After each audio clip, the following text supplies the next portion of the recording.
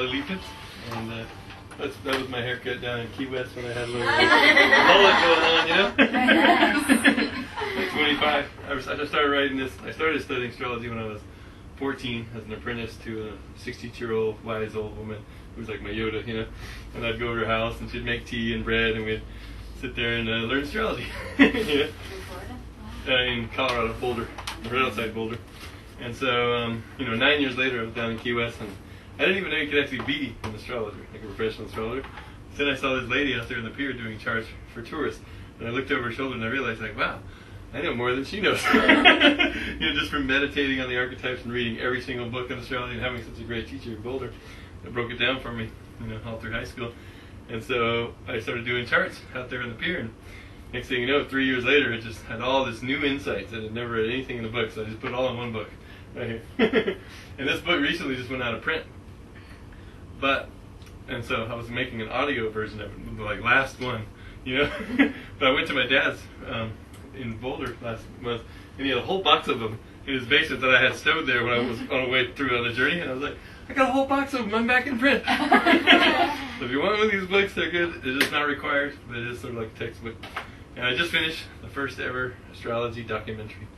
I've been all over conferences and filming this beautiful 48 different astrologers on here. Stephen Forrest, Rick Starnes, all these astrologers, Carolyn Casey, just the world's most famous astrologers are in this movie. It's kind of like The Secret and What to Believe. And we just did the premiere in Denver last month, and we had 600 to 800 people come. It was just it was amazing, gathering of astrologers. So Return of the Magi, we have a documentary for astrology now.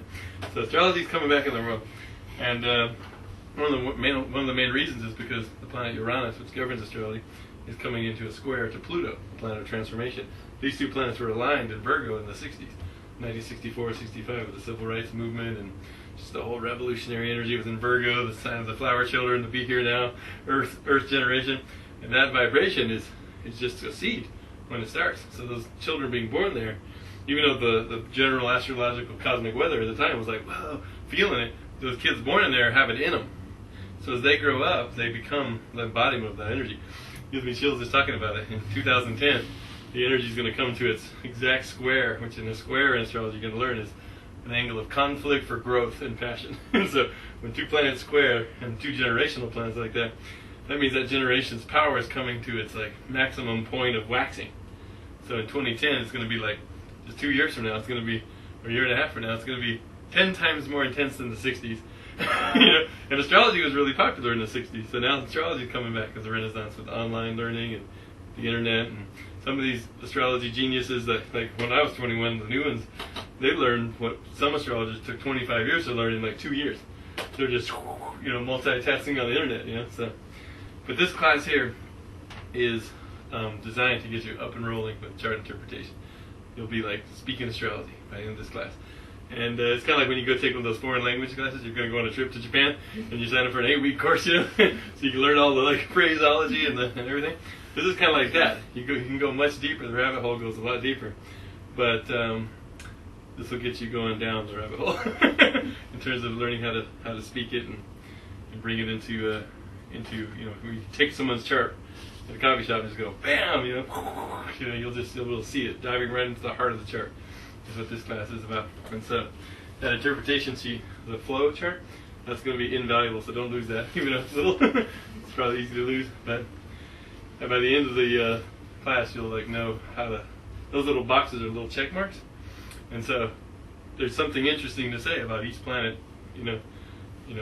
spiritual principle of the sun, in someone's chart. So if you say something about that, you can check it out. And in your mind, you kind of go through a checklist, what else could I say?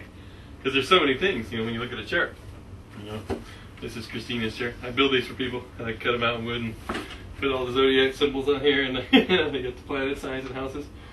And then you have all these little hair clips for little planets. And they grab on and ride around the zodiac. And so, basically, you can just see your cycles, like the moon goes around every month, once a month. Jupiter here takes 12 years to go around. Pluto takes 248 years to go around. So when Pluto comes, it's intense, Just went back into Sagittarius for a brief spell.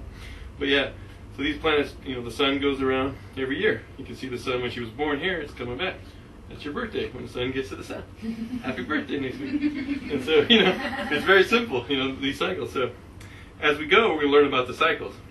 Because the cycles is where the juice is, you know, it's where the, like, oh wow, this is what's happening, you know. And it's not really about predicting the future. It's more about saying like, oh, right now, the planet Saturn is in your second house for the next 2.5 years. So for this 2.5 years, you're going to be learning lessons of responsibility in the house of money, resources, security, you know. Because Taurus is the house of like grounding out, you know. And so, you know, it's a lesson, and you can use the energy how you want. If you don't know about the energy, then you're just sort of at its whim. Sometimes you're on, sometimes, a lot of times you're not. So to learn astrology is to learn how to be in flow. It turns out that a lot of people, if they knew what this wisdom had to offer, people would be beating down that door to get in this class to learn this knowledge. And so you're very lucky to be embracing this, because you will go from a life of inefficiency and struggle to a life of just harmony and flow. You know, when you're in line with your cycles. Like today I woke up, I was really tired. I was like, oh my God, why am I so tired? And I looked at my chart and I saw the moon was sitting right on my 12th house, the house of sleep and dreams. So I was feeling very inward. Every month when the moon goes through the 12th house, that's your astrological period. You know, women have actual menstruation cycles, but men even have their astrological, you know, period when the moon goes through the 12th house. You just want to go inward and withdraw, or do something very spiritual. So I just went and meditated and just focused on this class tonight, and then I got this surge of energy because I was actually using that energy. You know, I went inward, and it was like, I just feel naturally in my flow now. But yeah, I was like really tired. I was like, yawning and stuff. so wherever the moon is, and the moon's in Scorpio today. So we're starting this class under Moon in Scorpio. So expect to get some deep occult wisdom. You know, Scorpio's about going to the depths, penetrating the core. It's the one archetype of transformation and rebirth. And today Mercury's in retrograde still over in Gemini. So actually it's back here. We got Venus and Mercury reversed. But yeah, Mercury's been going retrograde to Gemini. When Mercury goes retrograde, it just means it's going back around the sun in front of the Earth, you know, like that. It ain't Mercury's fault. It's just got to go back around the sun, you know. But for that 3-week period, the mind sort of goes inward, and people that are still focused on outward stuff, doesn't really work out for them. You end up doing things twice a lot. So like this class is perfect to start under Mercury retrograde, because we tried to start this class before. So Mercury retrograde is the best time to do things you've been delaying. So 3 times a year that planet's going to go retrograde, and during those 3 weeks, it's like you should come into those 3 weeks with a list of stuff you've been delaying doing. You know, you should come into those with a list of things you need to fix. Because Mercury retrograde, if things are going to break down in Mercury retrograde, have your list of things to fix ready to go, and then you're attuned with the cycle. And the cycle's like, wow, this person's paying attention, and then you get more out of life. It's really cool. It's like squeezing orange juice. So are we going to talk about that more later? Yeah, we're going to be talking about. I hear that a lot in astro, and it's typically what I hear as an excuse to do nothing. Exactly. Yeah. Mercury retrograde has a bad rap, but it's a really beautiful cycle, especially for writing. And like me as a writer, I love to just go to coffee shops and hang out and write, you know, because Mercury retrograde is the best time to get your mind flowing inward. See, normally the mind goes out, doot, doot, doot, but when Mercury was retrograde, the whole mental energy of the cosmos is going inward. It's like the universe like flushed the toilet of thought. It's all coming back down, and everybody's still trying to do this, so they're going against the flow, and the river's taking them the wrong way, and so their brains are just not working right. So if you know, then you can flow. You know, so that's the key. Is that even more enhanced because it's in Gemini? Because we're in Gemini? Yeah, it's in Gemini, so it's in its own sign. So it's like 3 times more powerful because it's got dignity. We've got a whole class about which planets go through which signs and everything. And so every planet governs a sign. Mercury governs Virgo and Gemini. And, basically in ancient times, the sun and moon governed Leo and Cancer. And then Mercury governed the next 2 signs because Mercury was the next planet out, you know. And so going around, you know, Mercury governed Virgo and Gemini. That's why they're so mental, these signs. And then Venus governs sensual Taurus and artistic Libra, you know. Venus, the love goddess. And then you got Mars governing Scorpio, the Aries and Scorpio, you know, really intense signs, you know. Mars is the war god, you know, mythologically. And then, of course, Jupiter governed Sagittarius, the seeker, and Pisces, the spiritual seeker, you know. These are both very religious, spiritual seeking signs. And then, of course, Saturn, the end of the solar system, the old guard. The solar system ends right here. Saturn classically governs Capricorn and Aquarius. And Saturn governs time, you know, the time lord. And these 2 signs have to do with time. You know, this Capricorn is more the past, Aquarius is more the future, you know. And those rulerships are alive and kicking. Most modern textbooks will tell you that Uranus governs Aquarius, but it's wrong. Saturn still governs Aquarius on the personal level. Uranus is bringing in this new modern vibe, this new vibration and everything. And I always say, to differentiate, I say it has affinity with this thing, but it doesn't govern it. Because if you take away Saturn from Aquarius, or say Mars from Scorpio, you might meet a person with Scorpio rising. And Mars will tell you how their personality is on the next level. Like if you look at a painting has like say a main theme, but there's all these subcolors and beautiful textures. And so there's 12 different kinds of Scorpio rising based on where Mars is. If you have someone Scorpio rising that has that deep, dark, mysterious look, dark glasses, curly hair, and the bushes with the binoculars, Scorpio rising, they're intense people, But if they have Mars in Leo, they're going to be more sunny, They're going to have more of a sunny disposition to their outer personality because the ascendant, what's rising on this side of the chart, on the left, or from your perspective, what's over here on the horizon, is your rising sign, and that's your ascendant. We're going to talk about that a lot, but because that's like the birth moment, what was rising in the east. That's why we have the birth time as the focus, because you need the birth date, the birth time, and the birthplace. The birthplace tells you where you are on the earth in the longitude and latitude, so you can sort of orient yourself. And then the what planets are above you, what planets are below, and then the signs, what you can see, what signs rising and setting, and those are important because your setting sign is just as important as your rising sign. This shows how you are in relationships. So it's important to know what your flow is over there. And but like I said, if Scorpio was rising in the east, if Mars was in Gemini, that would be more of an intellectual Scorpio. They would have still that intensity and that emotional power of the Scorpio, the researcher, the detective, the sorceress. but at the same time, if Mars is in Gemini, you might find him at the library. If Mars is in Leo, you're going to find him at the circus, or playing, or doing some drama theater stuff. It's all different. So that's what that's about. And astrology. A tiny little Earth in the middle. What's that? Yeah, there's a little tiny Earth in the middle. With a little person standing on it. Whenever I draw my charts, I put a little person there, right under the midheaven, showing you're right here. I think it's a shame that they don't, in computer programs, they don't put Earth in the middle of the person on top, because that's what you're looking at. It's a diagram of your observational and perspective universe. The scientists will attack us and say, "Why do you still use geocentric astrology?" It's like, don't you know the sun's at the center now? It's like, well, don't you know that in quantum physics, the observer and the consciousness of the being affects the experiment? We're interested in not the Earth being the center, but the center of consciousness is at the center. Like when you drop on the planet and you take that first breath, at that moment, the structure of the solar system is infused into you. It's almost like your spirit comes into the solar system. I mean, there's billions of stars in this galaxy, and there's billions of galaxies. Why did you come to this one little star? And when your spirit comes into here, it's like a sponge wiping water off a cabinet. It soaks up the essence of it and just sort of squeezes it into your life. And at that moment, the pattern is injected into you. Good analogy. Yeah. You are that pattern. Everyone's born with a sort of a chance to have a spiritual mission. Everybody's born with a sort of spiritual mission on the planet. Not many people fulfill their whole missions. Most people fulfill 10% or less, because they don't understand all their potentials. If parents knew their instructions to their child, like, oh, my kid has a moon in Libra, the sign of the artist, in the 12th house of sort of like floating off into the visionary divine imagination. I'd have that kid off in the corner with some art supplies, like doing some, because if we just transform our educational system where it's based on the qualities of the individual, it would be so cool. And that's what it's heading towards that, but it's a long, slow process, of not trying to buck the system, but just create your own better system, and they'll just rise up. A lot of people are still trying to buck the old system, but there's a lot of cool new schools out that are sort of heading that way, like Waldorf and all these little schools.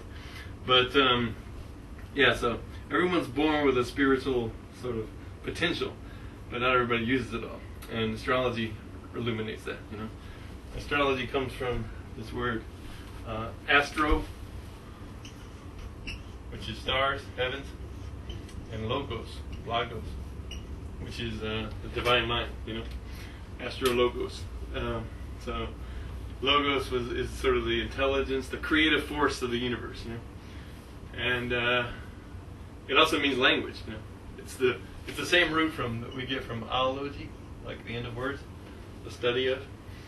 So it's the language of the heavens.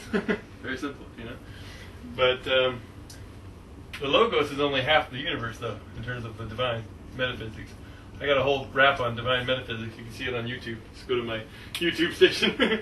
But Sophia is the feminine sort of force of the divine, and Logos is sort of the masculine. Not in sexual terms, but in terms of like, archetypal. Sophia is would be like the yin, whereas Logos would be the yang. The universe can't turn without both of these. They're not in opposition. They're cosmic lovers, So in Chinese they have this, thing where a system moves towards maximum yang, but then it can't get all the way there, and then it goes back and starts shifting back towards yin. It's just the flow of change, And so this is like the core. Well, the core is the one, the eternal being, I call it, infinite being. But when it divides into Sophia and Logos, you have divine patterning in the universe, Sophia, yin, which all earth and water signs take their inspiration from, And then it divides, and then, so this is one stream of consciousness. The other stream of consciousness, yang, is where the air signs and the fire signs take their sort of inspiration from. So you got air and fire, earth, water, and there's a lot more to that. I don't want to get into this right now because it's like we could go on that for like 3 days.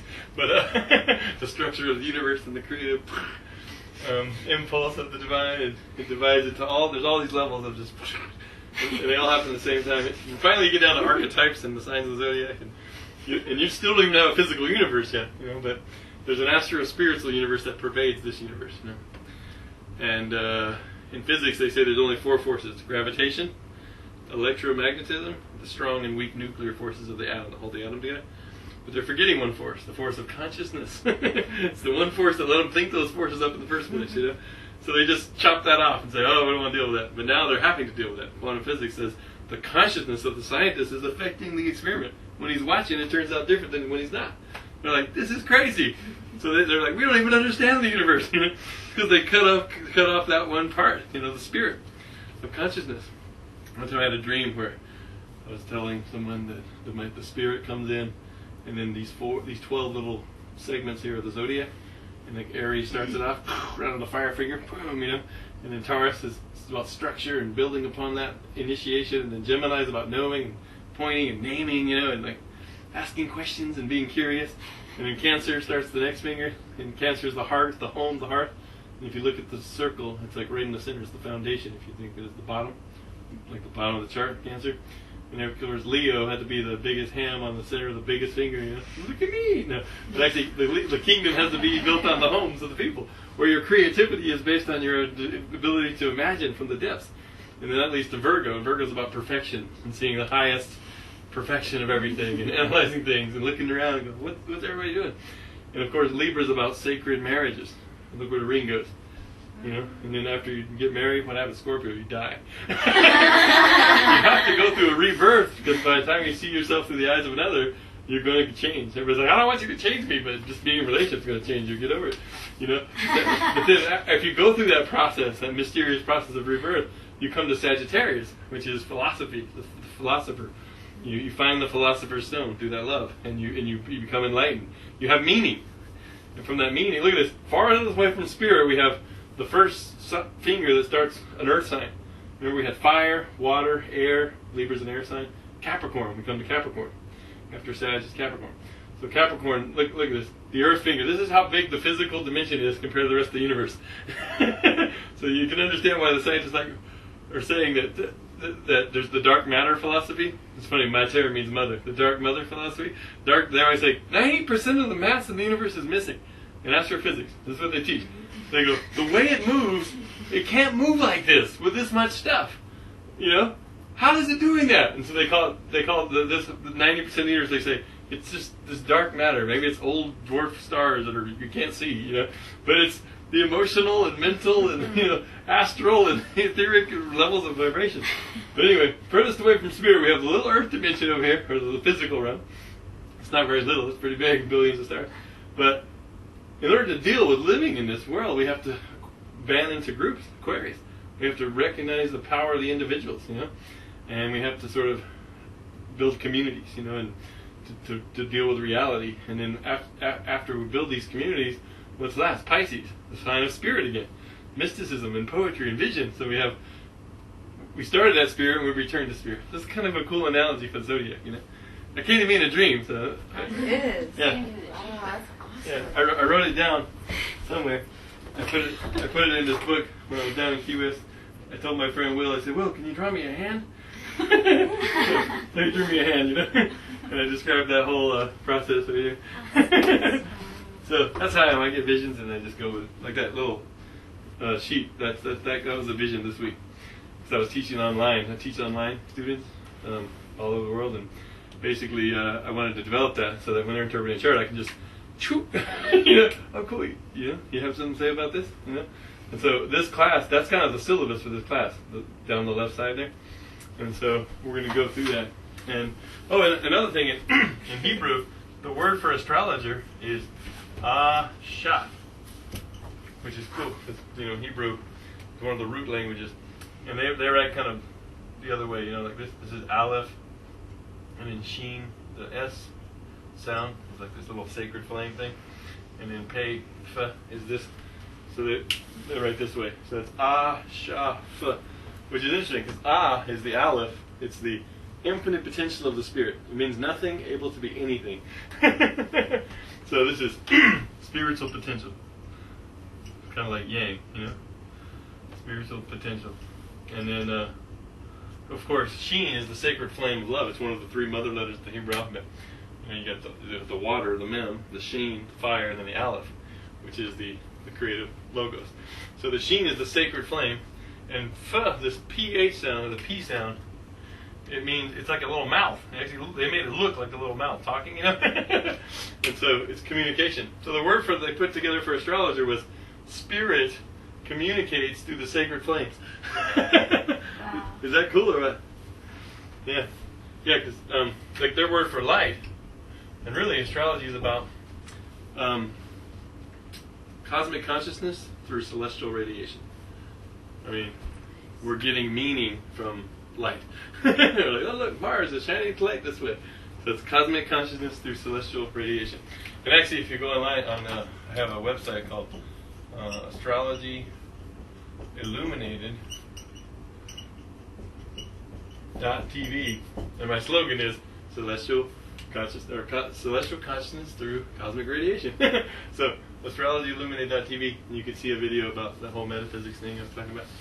And there's a lot of supplemental videos, so if you watch those over the months, over the weeks, you'll start to get more. But the word light is interesting, cosmic, the radiation, the light, because in Hebrew the word for light is aleph and vav and reish, which is A-U-R, aur, ura, the aurora, the light, the glow. And so, and the same of the city Ur, where Abraham came from a long time ago, was the city of light. It's the city of Ur. Yeah, it's probably better to sit over there.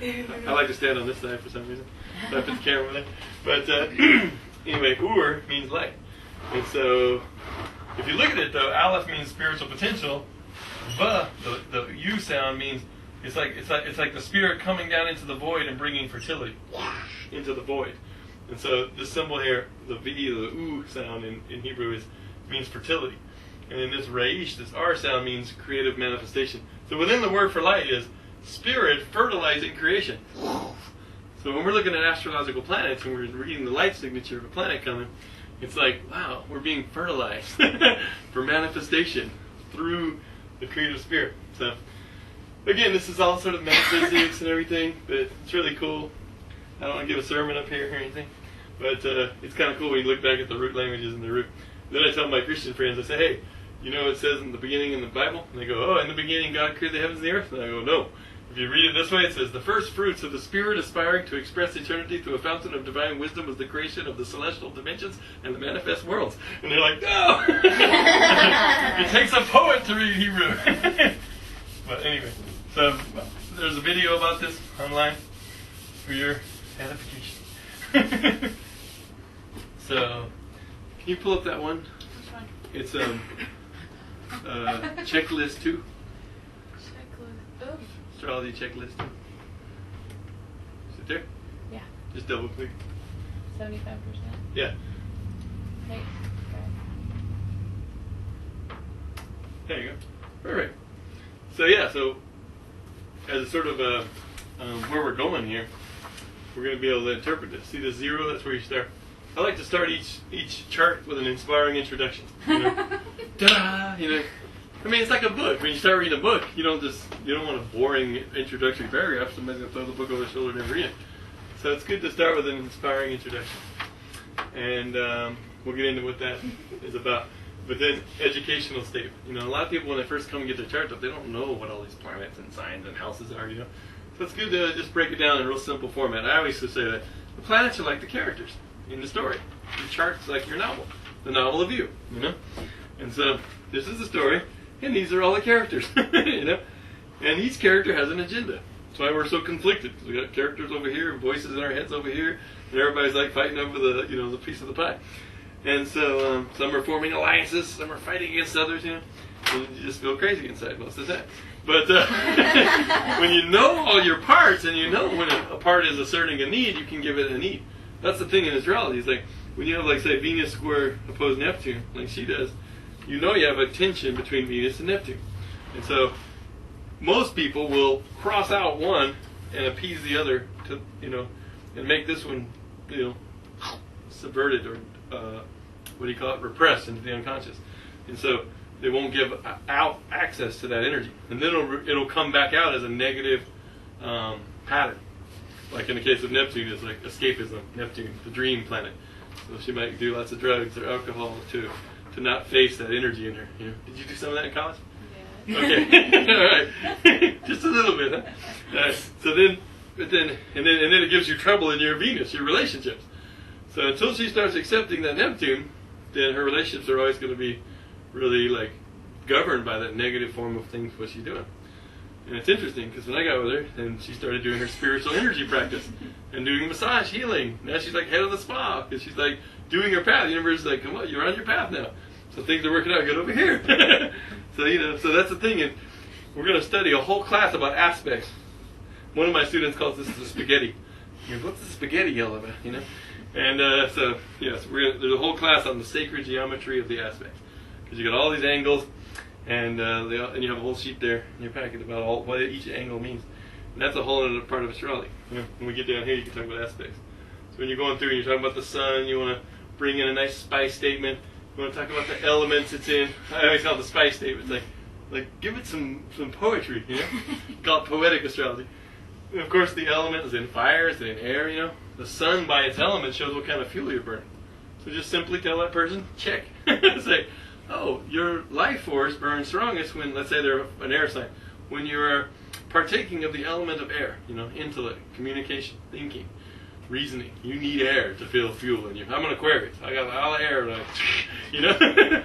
So, you know, otherwise you're not going to feel vital. I mean, that little piece of information, most people are feeling so fatigued in this society. You got all this electromagnetic energy running around. Everybody's like, ugh, and they got too much stress and too many schedules. And so just by knowing what brings them life, you know, what element, then they're going to know how to, like, get recharged, you know. Every day you need a dose of that, you know.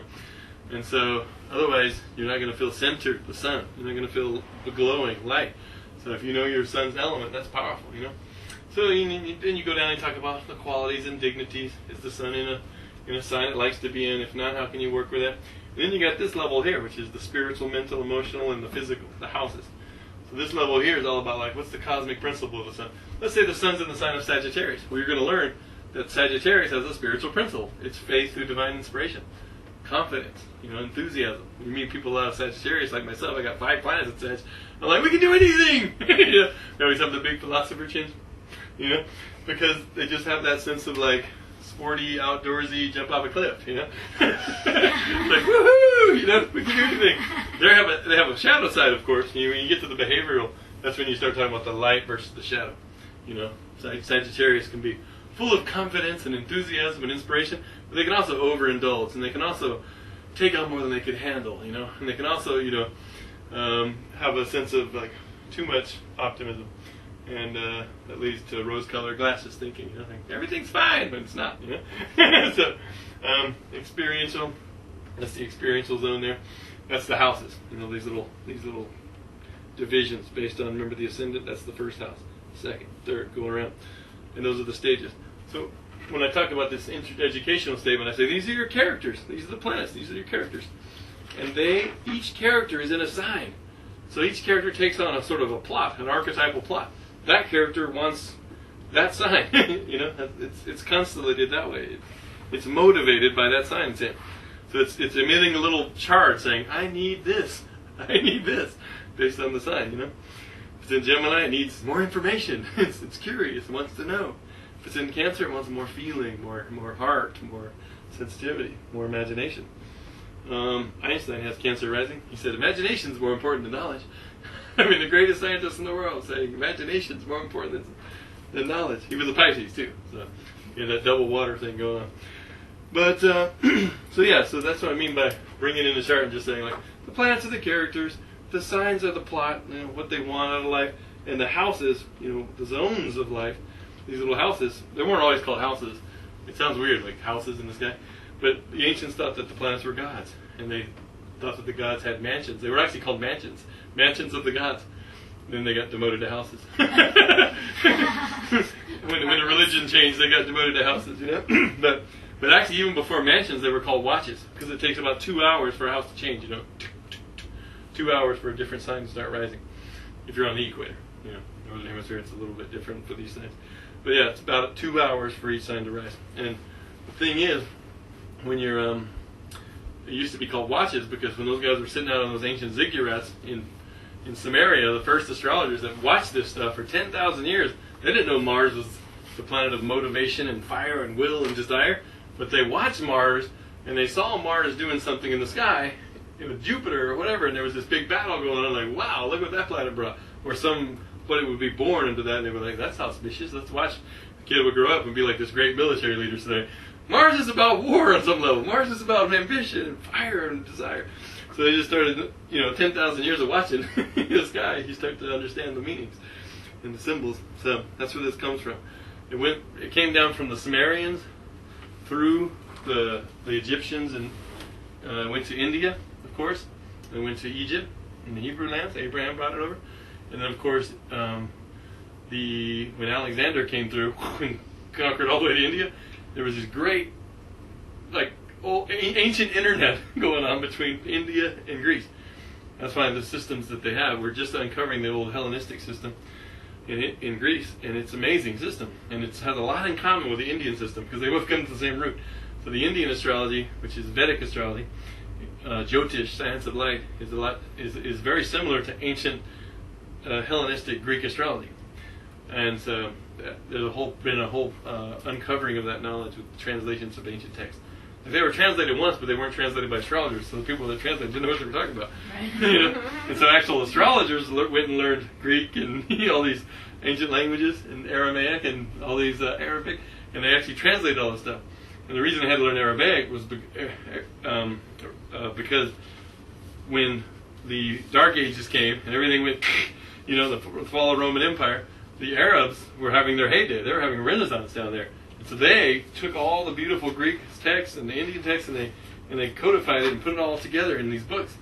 And so it was jamming in Babylonia back in when the Dark Ages were happening in Europe. Babylonia was like the center of all trade, like the center of the world, and there's all these great astrologers and everything.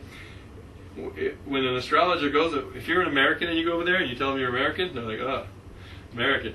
But if you say you're an astrologer, they're like, whoa, they respect you. It's like going to Japan and knowing Japanese. They're like, whoa, you're cool, because that's like their, if you're an astrologer and you live in India, you have the same status of a high priest and a lawyer. Over here, you're like some guy who's like mixed up or something. Like, yeah. What are you thinking? Astrology? But really, the society's mixed up. And so the thing is that the Arabs nurtured astrology. And when the Mongols came through and conquered, the Mongol Empire was the greatest empire. It went from like Spain all the way to China. And so there was this flow going on, right? And then what happened was when the Moroccan people, the Moors, the Arabs over there, started invading in Spain, they built all these beautiful cities in lower Spain. And what happened when the Renaissance was, during the Renaissance, 1300s, they reconquered those guys. And they found these cities full of libraries, full of all these ancient Greek texts that they haven't seen for thousands of years. They're like, holy cow. So all these scholars in Europe just started going to Spain. And they took it back to Italy, and then the Renaissance happened. So it's that's how it happened. And then astrology was taught in every major university throughout the Renaissance, like 1300s on up until the scientific revolution. And then the science said, oh, we got to get rid of anything that's related to religion and beliefs. There was this big schism that went right down, and here we are today with our wonderful scientific paradigm and our society that's dying because we've squashed meaning out of it, you know. And our religions, you know, that think that they know the truth, and they can't even understand their own Bible if they don't understand this astrology. I mean, even the four living creatures before the throne of God, the lion, the eagle, the man, and the bull. These are the fixed signs, because in ancient times there was four royal stars, you know, Regulus and Leo, Antares and Scorpio, Fomalhaut and Aquarius, and Taurus. It has the star of Aldebaran. So these four stars were called the ancient four royal stars of Persia. They were like the big mega superstars that the whole universe hung on, you know. That's why these signs became the four living creatures for the throne of God. So it's like, you know, there's a lot about that. So I go into it in the movie. We have a whole section on astrology and religion, astrology and science and history. So if you want to learn all this stuff and get it from like 48 experts, check out the movie. Anyway, yeah, so you got this section here. So it's cool, you know, you have something interesting to say. So this class, this is like the syllabus, you know what I mean? We're going to teach you how to say something cool about each thing. You know? You know? That's just going to blow their mind, because when you're a chart interpreter, you're just reading the symbols, you know? And you don't know how it relates to that person. There's two styles of being an astrologer. Some are more the counseling astrologer. They prefer the client come in, sit down, fill out a questionnaire, or talk about their problems, and then go to the chart, you know, and say, okay, let's see what advice we can give you to work with that direct problem, you know, that you're having. I'm not that kind of astrologer, although most astrologers are. Most astrologers are the counseling type astrologer. I'm more the oracular astrologer. And don't worry, you can learn all, if you want to be the counseling astrologer, all this is going to apply for your counseling. Can you say that word again? What? Oracular? Yeah, oracular. Like oracle? Yeah, oracle. Yeah. Oracular astrology is not being afraid to say that this is about divination, and not making it about like, oh, I'm going to read your future. I've already told you, astrology is not about predicting the future. It's about seeing the river and aligning with it and flowing with it. And so by divination, I mean tapping into the divine consciousness, tapping into wisdom that you couldn't access on your own until you sat down with that person and looked at that chart and something happens. You know, it's like that's why I call the movie here Return of the Magi. The Magi, those three guys that saved Jesus' life when he was a baby. You know, they're the guys that told Jesus' family, like, get out of here, Herod's coming with a sword and killing all the kids. And so they went to Egypt. But the Magi, the guys that brought the gifts, were Zoroastrian priests, just like the Hebrew priest was a rabbi. They're Magi, you know. And so the Magi, which means magic, you know, they practiced magic. Not in the sense of like, you know, I'm going to pull a rabbit out of a hat. Just like my friend Rick Levine says in the movie. He says in the section on what is astrology, he says, it's magic. He goes, but it's the same kind of magic you experience when you look at a painting and you feel inspired. Or hear a poem, like my kid's poem I just read. It's like, wow, you know, you felt something. Or, you know, hear music and you're just like, whoa, moved by it, you know. Astrology is that same kind, that's the kind of magic this is. When someone hears their chart for the first time, it's like they're returned to the birth vision that they were born with. They're returned to their cosmic instructions. They're like, wow, that's what I'm here to do. And that's why I'm so screwed up, because I got this square between these two planets and I've been pushing this one down. And now if I give honor to that one and that one at different times and different, you know, and let them flow together, they can actually work together instead of fighting in me and creating all these energy leaks in my aura, and, you know, and then I have to like be in pain. So really, it's about enlightenment. Enlightenment. Urement. In urement. Make a new word. See, so it's already coming down. But yeah, so when you do a chart, you are a magi, and it is a divination in the sense of going to the source, and that's the oracular side. And even people that do the counseling, you know, once they start counseling, you know, once they figure out the person's problems and want to look at the chart and counsel them, you know, it's like then the magic starts anyway. You know, I prefer to say, you know, I always joke around. I say, I'd rather the client come in, sit down, shit up, and let's let the universe speak. You know. My joke about it, you know, I'm like where your head, you know. But it's like, because I know that this cosmic wisdom, by the end of the session, I always tell them, you're not going to have any questions, you know. You might have a few detailed questions, like, you know, oh, let's get the timing on that again. But it's like, for the most part, if you read the chart in this flow here, whew, I mean, there's 144 boxes on this sheet. Just came out that way. That was kind of cool. I was like, hey, 144. But when you by the end of this class, we're gonna be able to go through this whole sheet and say something intelligent about each one, which is cool, you know. And you don't know how it's gonna affect the person. You just say it and let it wash over them, and they know what their life's about. They know the innards better than anyone. And then when you say that, it applies to them in such a way that they're blown away. They're just amazed. They're like, wow, you know me better than I know myself. Because they know that you know them because you're describing all the stuff that they feel, you know. And yet you're elucidating it like in 3D, full color, you know, right there. So they're just like, dang. And so they're really enlightened by it. And of course, aspects of the sacred geometry, and then the evolutions, or the progressions and transits, the movements of the planets. For the inner planets, progressions are more important, symbolic time, because they just move really fast. You know, the moon shows your emotional state. You know, Mercury's your mind, your mental state. These things run at higher levels, faster. So these planets go around the sun, or go around the chart, you know, in 1 year, 1 month per zone. Whereas you get out here, you know, Mars takes 2 years to go around the chart. Jupiter takes 12. See, like, it's bigger. Pluto takes 248. So these transits are the most important transits for like actual planets in the sky where they're moving, because they have a marked effect on things, and they bring in different seasons of the soul. And if you know it's coming, it's like, hey, for the next 6 months, I got Pluto, or let's not say Pluto, because Pluto takes about 2 years for a transit. Let's say Jupiter. For the next 6 months, Jupiter's going to be, well, actually Jupiter spends a year in the sun, because it takes 12 years to go around. We're going to have a whole class about that, about the different cycles. But Jupiter will take 12 years to go around. So for each year, you know, like right now Jupiter's in Christina's 6th house. It's been going through here. And I told her last year, I said, well, look, there's great changes coming in the 6th house, which governs your work, your service, your health, you know, and Jupiter's coming to expand things there.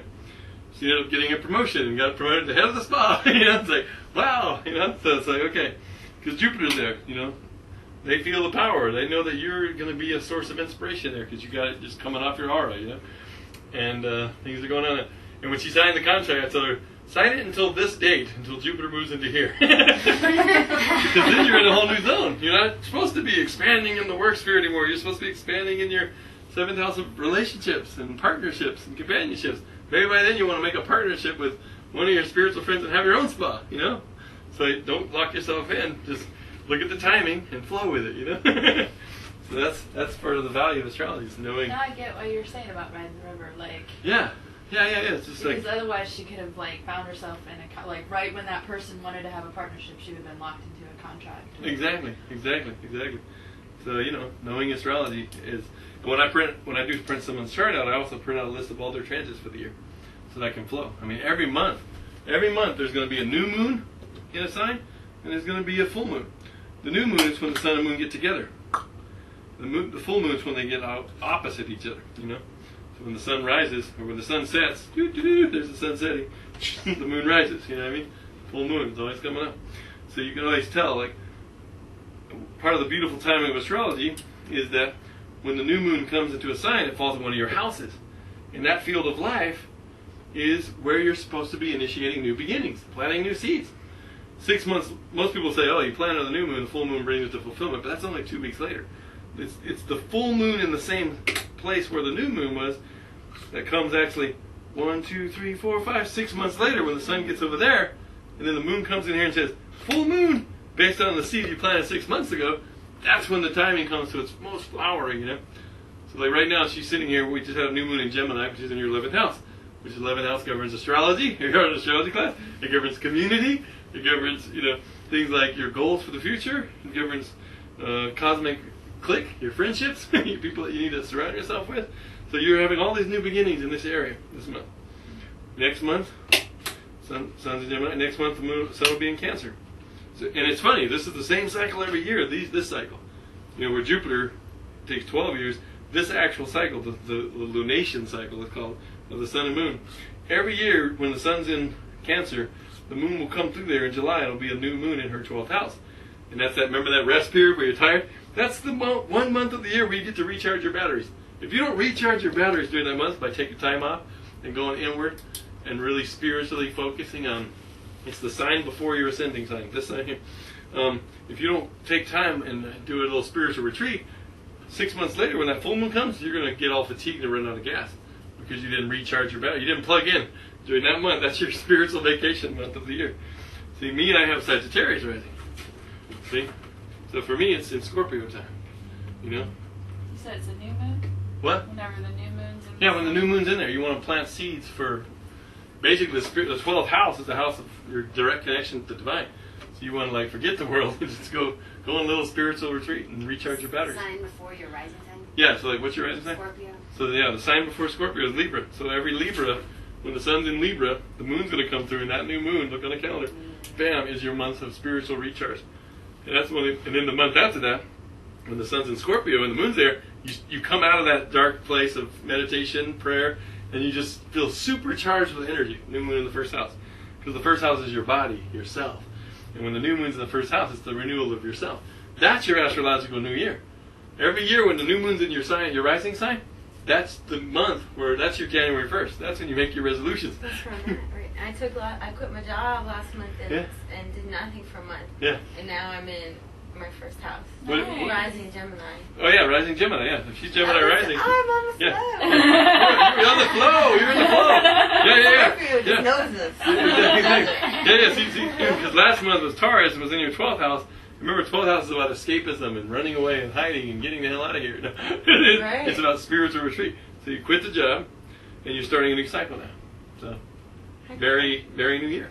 That's perfect. That's awesome. Yeah. I was just thinking, like, Do you- I feel like I could have a job again. Yeah. Well, check it out. Check it out. If you're Gemini rising, next month the new moon's in your second house of money, resources, and planting seeds for that so it'll grow. So 6 months later, when the full moon shines in there, you're like, man, I got bank. You know? It's like, yeah. So it's this beautiful natural cycle. You know? Do you know your rising sign? Pisces. So yours would be sign before Aquarius. You missed yours? In February you didn't rest, relax, spiritual retreat? Okay. It's okay. There's other chances. But yeah, so we'll be looking at that. So yeah, aspects are the sacred geometry. And aspects are cool. When we learn about aspects, the whole class on aspect. Because aspects have many dimensions. Aspects of the sacred geometry, they're the angles between the planets. And it's really cool because you can use aspects 3 ways. You can use it in natal chart analysis. Like, oh, my this is square my that, so I have a conflict. Or, oh, my this is trine my that, so I have a gift. You know, so you have to like work with that.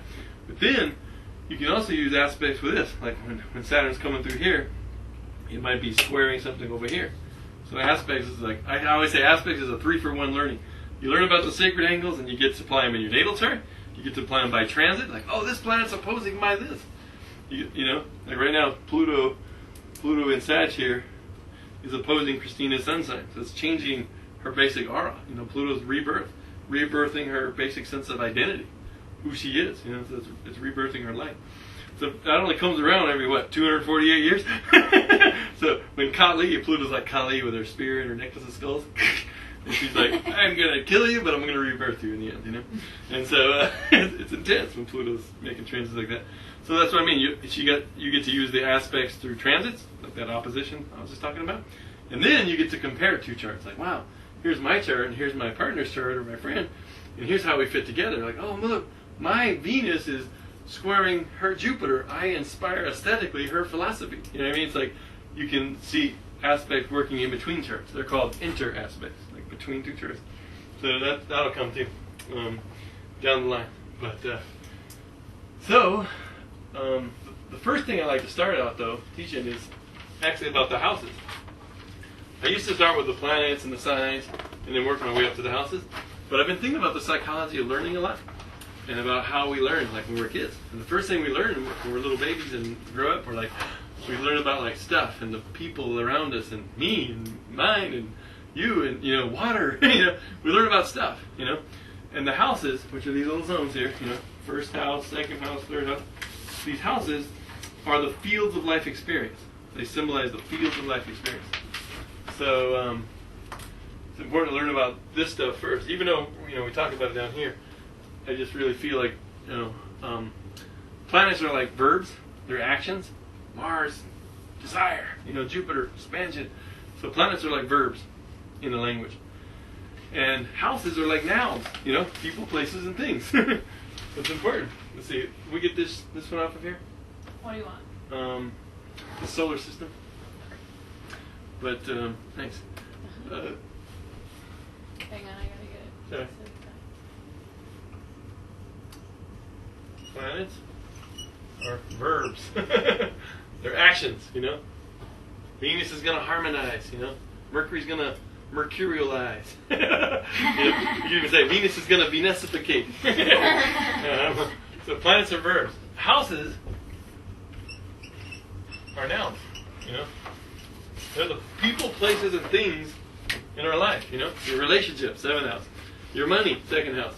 Your career, 10th house, Your relationship with God. I don't know if you want to call it a thing, but still, it's something. It's a concept. It's an experience you can have. So this is the experiential zones.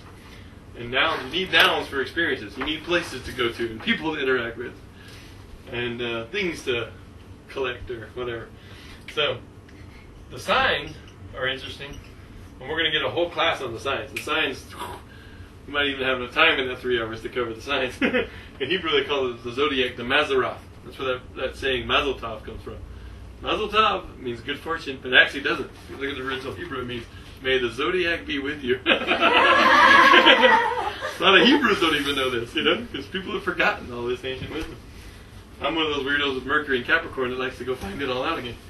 My mind is in the sign of the wise elder. Even though my moon's in Gemini, so I'm more like the soul of Peter Pan. So, anyway, do you understand yourself? And people are like, you're a trip. And I'm like, no, I just know who I am because I know my archetypes. And I like to be them. I like to let them be through me, So there's no making excuses for yourself. You just are what you are, and you know it. And then when you know it, then you're more in tune with your life. Everything flows, Like me, I just made a movie, People are like, how did you make a movie? I was like, I don't know, man. Because at the end of the credits when they roll, there's like hundreds of people that are involved.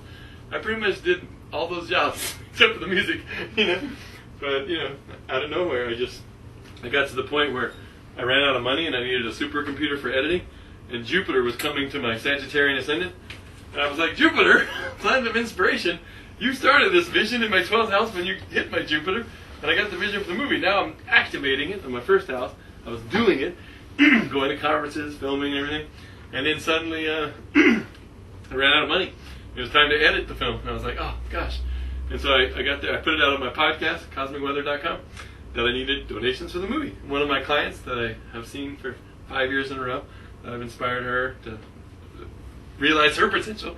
She calls me or emailed me and said, what do you need? I really want to help you with your movie. And I sent her an itemized list saying, I need like $16,060. And,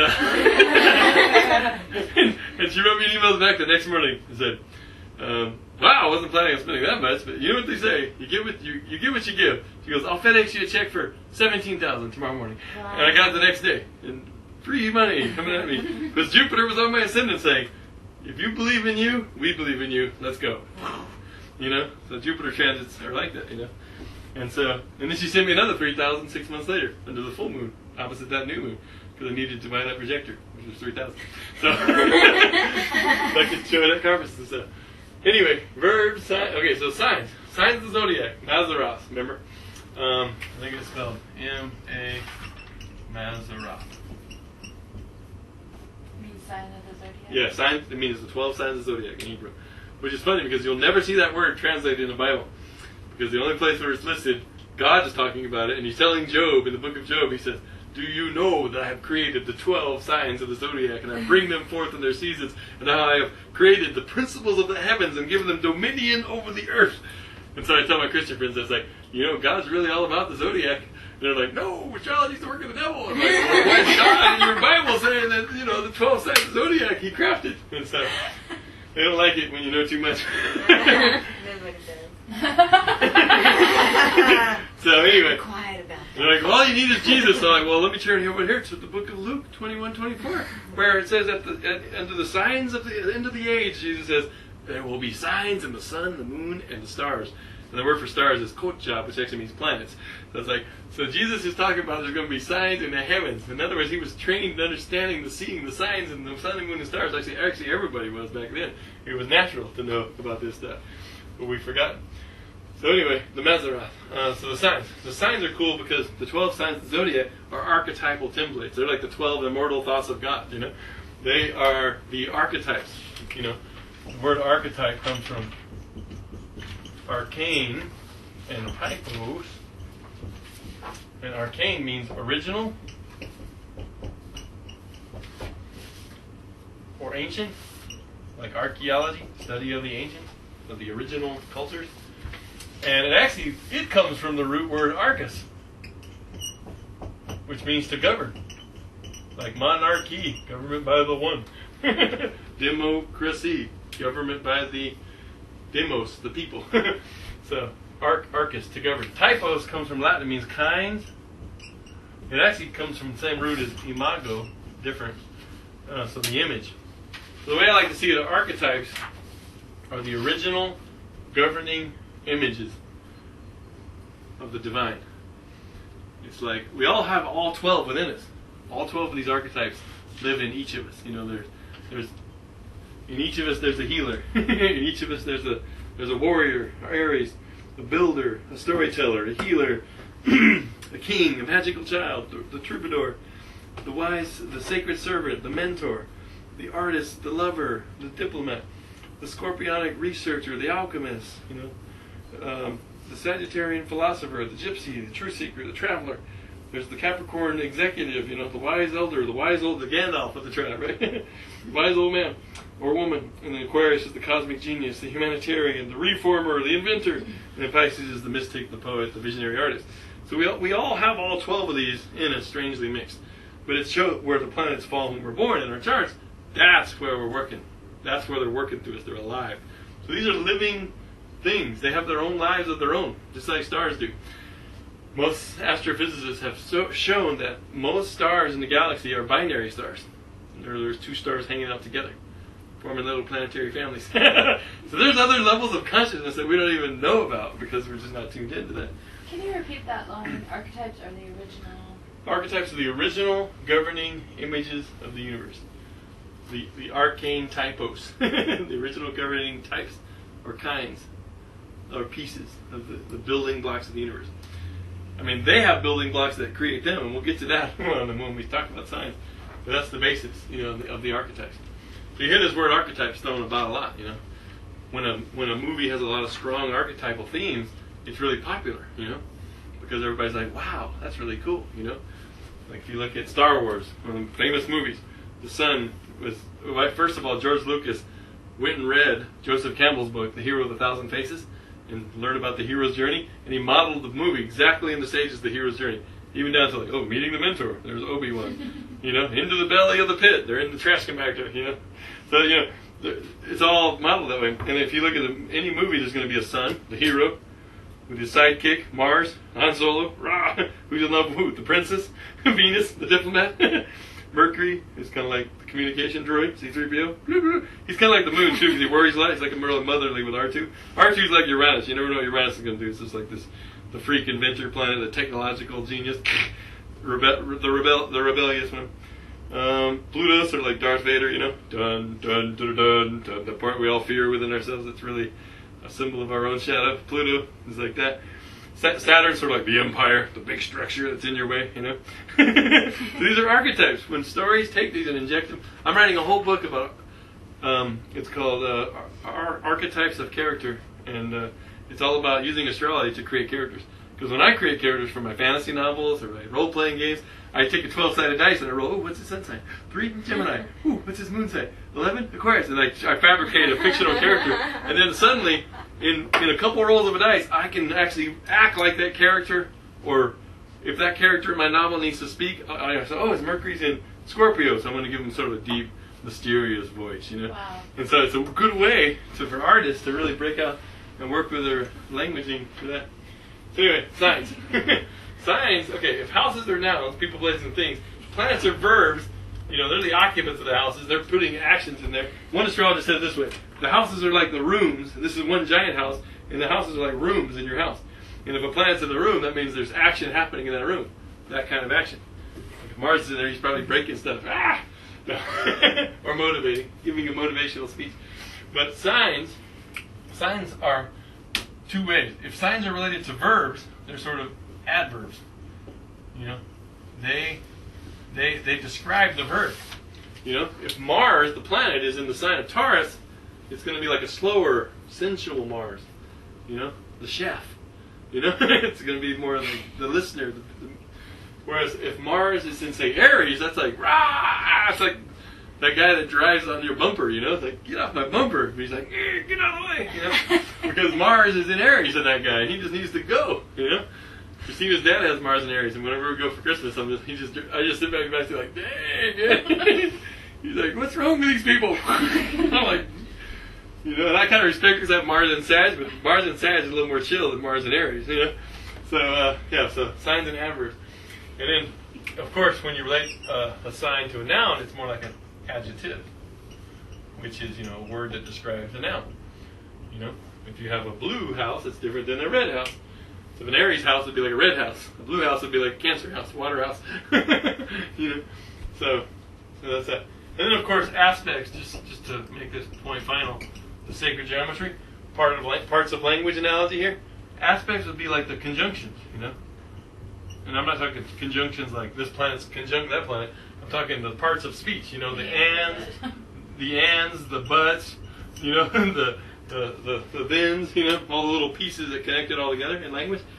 And it's funny because in astrology we say that, we'll say stuff like that. Oh, your Venus is in Gemini, but it's opposing Neptune. You know what I mean? But that opposition is the but. It's like, oh, but, you know, it's not just Venus and Gemini. That's why astrology, you know, cookie cutter sun astrology doesn't really work. And it's really not meant to work. It's just sort of this. It was actually developed because this guy Alan Leo in Europe, in England, kept getting in trouble for telling the future in his astrology columns.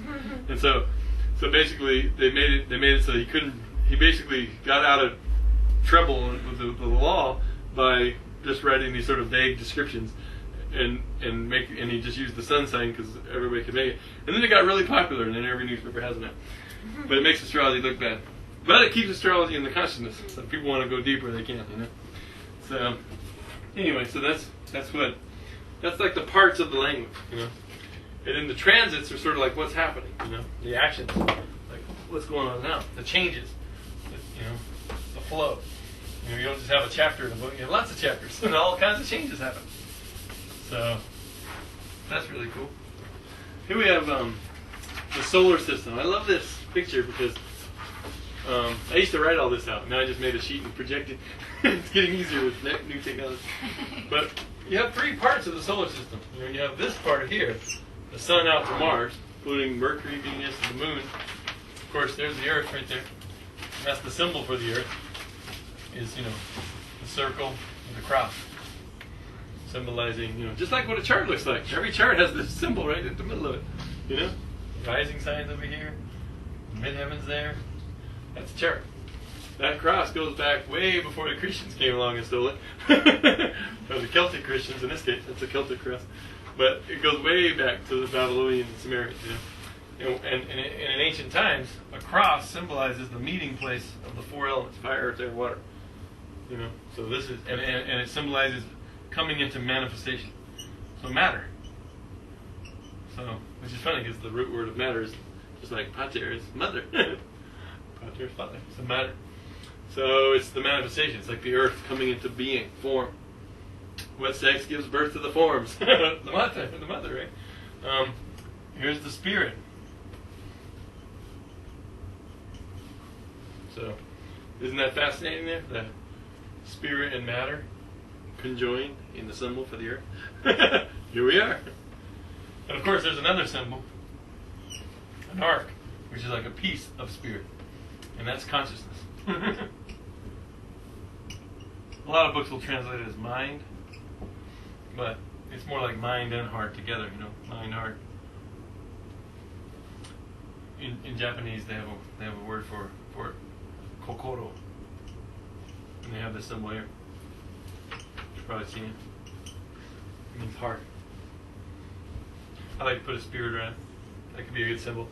Keeping your heart centered. So what does it mean in the solar system? Is it Consciousness? No, the circle with the cross. That's the Earth. Oh. Yeah, that's the Earth. Good old Earth. Right where we're standing. So that's the Earth. So it's really cool when you look at astrology symbols because every symbol is composed of one of these three, or a combo, or a little dot. A dot is like a point of reference, you know, or being, a point of being, you know. So like the symbol for the sun is spiritual being, you know. It's like a point of manifestation at the center of spirit, you know. And it's, the sun is the symbol of your path of self-realization, your ego, in not in the negative sense of ego, but in a positive sense of like an identity. You're a separate person from the ocean of dissolution. You've dissolved out of the ocean of oneness into a point of consciousness. So it's a point of consciousness within this circle of spirit. The moon's cool because the moon is like spirit, but like turn it around. So it's kind of like spirit listening to its own inward being, you know? Like the moon's very reflective. The moon is soul. The moon is our soul. Like when you look at a chart, when you see someone's moon sign, you say you have the soul of the whatever archetype it's in. Like mine's in Gemini, a sign of storyteller. You know, I like to tell stories. I'm a writer. The shadow side is you can be a great liar or a great fiction writer. You know, so you have to balance that out. Gemini is the messenger. It's the shapeshifter, the Peter Pan, the trickster. You know, all these archetypes. The coyote and the Native American just meet those. So you got Gemini being the soul of me because I have that sign there. Anybody else here moon in Gemini? No? Jim Carrey has his moon in Gemini. And he kind of acts like me. So he's like, so moon in Gemini people, we can't stand still. We just got this movement thing going on. Anyway, the moon and the sun are beautiful symbols. Look at the other symbol. Venus is spirit over matter. The symbol for the feminine. And we all have the feminine within us. It's the archetypal feminine, which doesn't mean just masculine or feminine. It means, you know, every man has an inner woman. And if men could just get in touch with their Venus, they would be whole. You could find, there's this sacred marriage that happened. The ancient symbol for Mars was that, by the way. See? Matter over spirit. And so Mars is about like dealing out here with the matter over the spirit, and the spirit behind the matter, and then this is the spirit over the matter. So there's some, and of course Mars took on this in time, and then kind of got phallic over time. Got excited. But you know, Venus and Mars, they're one, and everybody has a sacred marriage inside them that needs to happen. And if you know your Venus well and you know your Mars well, you have this sacred marriage in you that's like your core relationship. Then you can have good relationships out here because you got your core relationship going on. You know, I got my Venus and Mars at the same sign, Sagittarius. So they're all about exploring and traveling and going to libraries and, you know, understanding other cultures. So when I go to the library and study other cultures, I'm not conflicted inside because they both want to be there. But someone like Christina, though, she has Venus in Gemini with her Mars in Virgo. The Mars in Virgo wants to be at the spa healing people, right? Venus in Gemini wants to be at home on the laptop downloading iTunes music. Woohoo! Have a little party. So they're not conflicted. She has to learn to work that out in herself to find wholeness and balance. That's the worst aspect you can have between Venus and Mars is the square. But it doesn't mean it's bad. It's just the toughest one to sort of, it takes longer to analyze it out. Usually after 30 it becomes a gift if you've worked on it and know about it and flow with it. But yeah, everybody has all these like stuff, kinks in their aura, and they gotta learn how to work it out. So yeah, so Venus and Mars are cool. And then of course Jupiter is consciousness or mind. There's Jupiter over matter. Mind over matter. I can do anything. It's confidence. It's expansion. It's the symbol of growth. Wherever Jupiter is in your chart, in your houses, these planets are more important by houses than signs. The outer planets. The reason why is because everybody has Uranus in the same sign, born within the same 7 years. So that's generational. These are generational planets out here. Uranus, Neptune, Pluto. Jupiter stays in the same sign for a year. Still a lot of kids born the same year, you know, so they'll have the same Jupiter sign. Saturn takes about 2.5 years to go through a sign. If educators understood that this class coming in has Jupiter in Leo. They need more drama and fun to learn. You know, next year will be Jupiter Virgo. We can get back to the rote memorization Virgo Jupiters. You know, it's like, okay, you know. And plus Saturn. Saturn's about control and authority and structure. Every 2.5 years, a new sort of generation comes along that needs a new power paradigm. Is that why Virgos are so good in school? Yeah, Virgos, they're Gemini. always taking notes. Yeah. They're like figuring it out. They're like, this is cool. Let's analyze it. Yeah. Whereas Mercury. You gotta sit next to one. Yeah. What do you got? Yeah. Whereas say like someone with like Mercury and Pisces would just be like over there wanting to dream and think about like Star Wars and stuff or whatever. Like, wow, I saw Lord of the Rings this weekend. Oh wow, I love that person over there. Wow, you know, they're not even paying attention. You know, it's like that teacher needs to know that that kid has Mercury and Pisces. And so you can give them little fantasy projects to work on. And not grade them on rote memorization, you know, because that kid's not going to do well. I don't care what you do. I'm Mercury and Scorpio, and that's why I love energy healing class, because it's all about the internal mystery finally dynamic. interested in school. I'm like, I get school I can go to. Totally, yeah. Once you find the kind of learning style you got. Every kid has a learning style based on their Mercury and based on their third house. The third house is the house of learning and communication and mind. And So is Chinese astrology in line with Jupiter then? yeah, Chinese astrology is in line with Jupiter. Because every 12 years, you know, you get that cycle. So, yeah, totally. Like, when I meet fellow boars, I'm like, hey, you have Jupiter and Sag! Because you're born on the side of the boar. So, yeah, so if you know that crossover, you can link that. But check out Saturn. Saturn is the cross matter over mind. It's the opposite of Jupiter. See? My point I want to make here was that this level down here is the personal sphere. It's like very personal. Your desire, Mars. Actually, I think this is the shape of a human soul right here. You have the sun, your creative life force. This is my definition of soul right here. You have my mind, Mercury, thinking. You have a heart, the moon, emotion. You have Mars, you have willpower. Every human soul has will. That's the last ingredients of the soul, free will. And then Venus, love. Every soul has love in it, you know.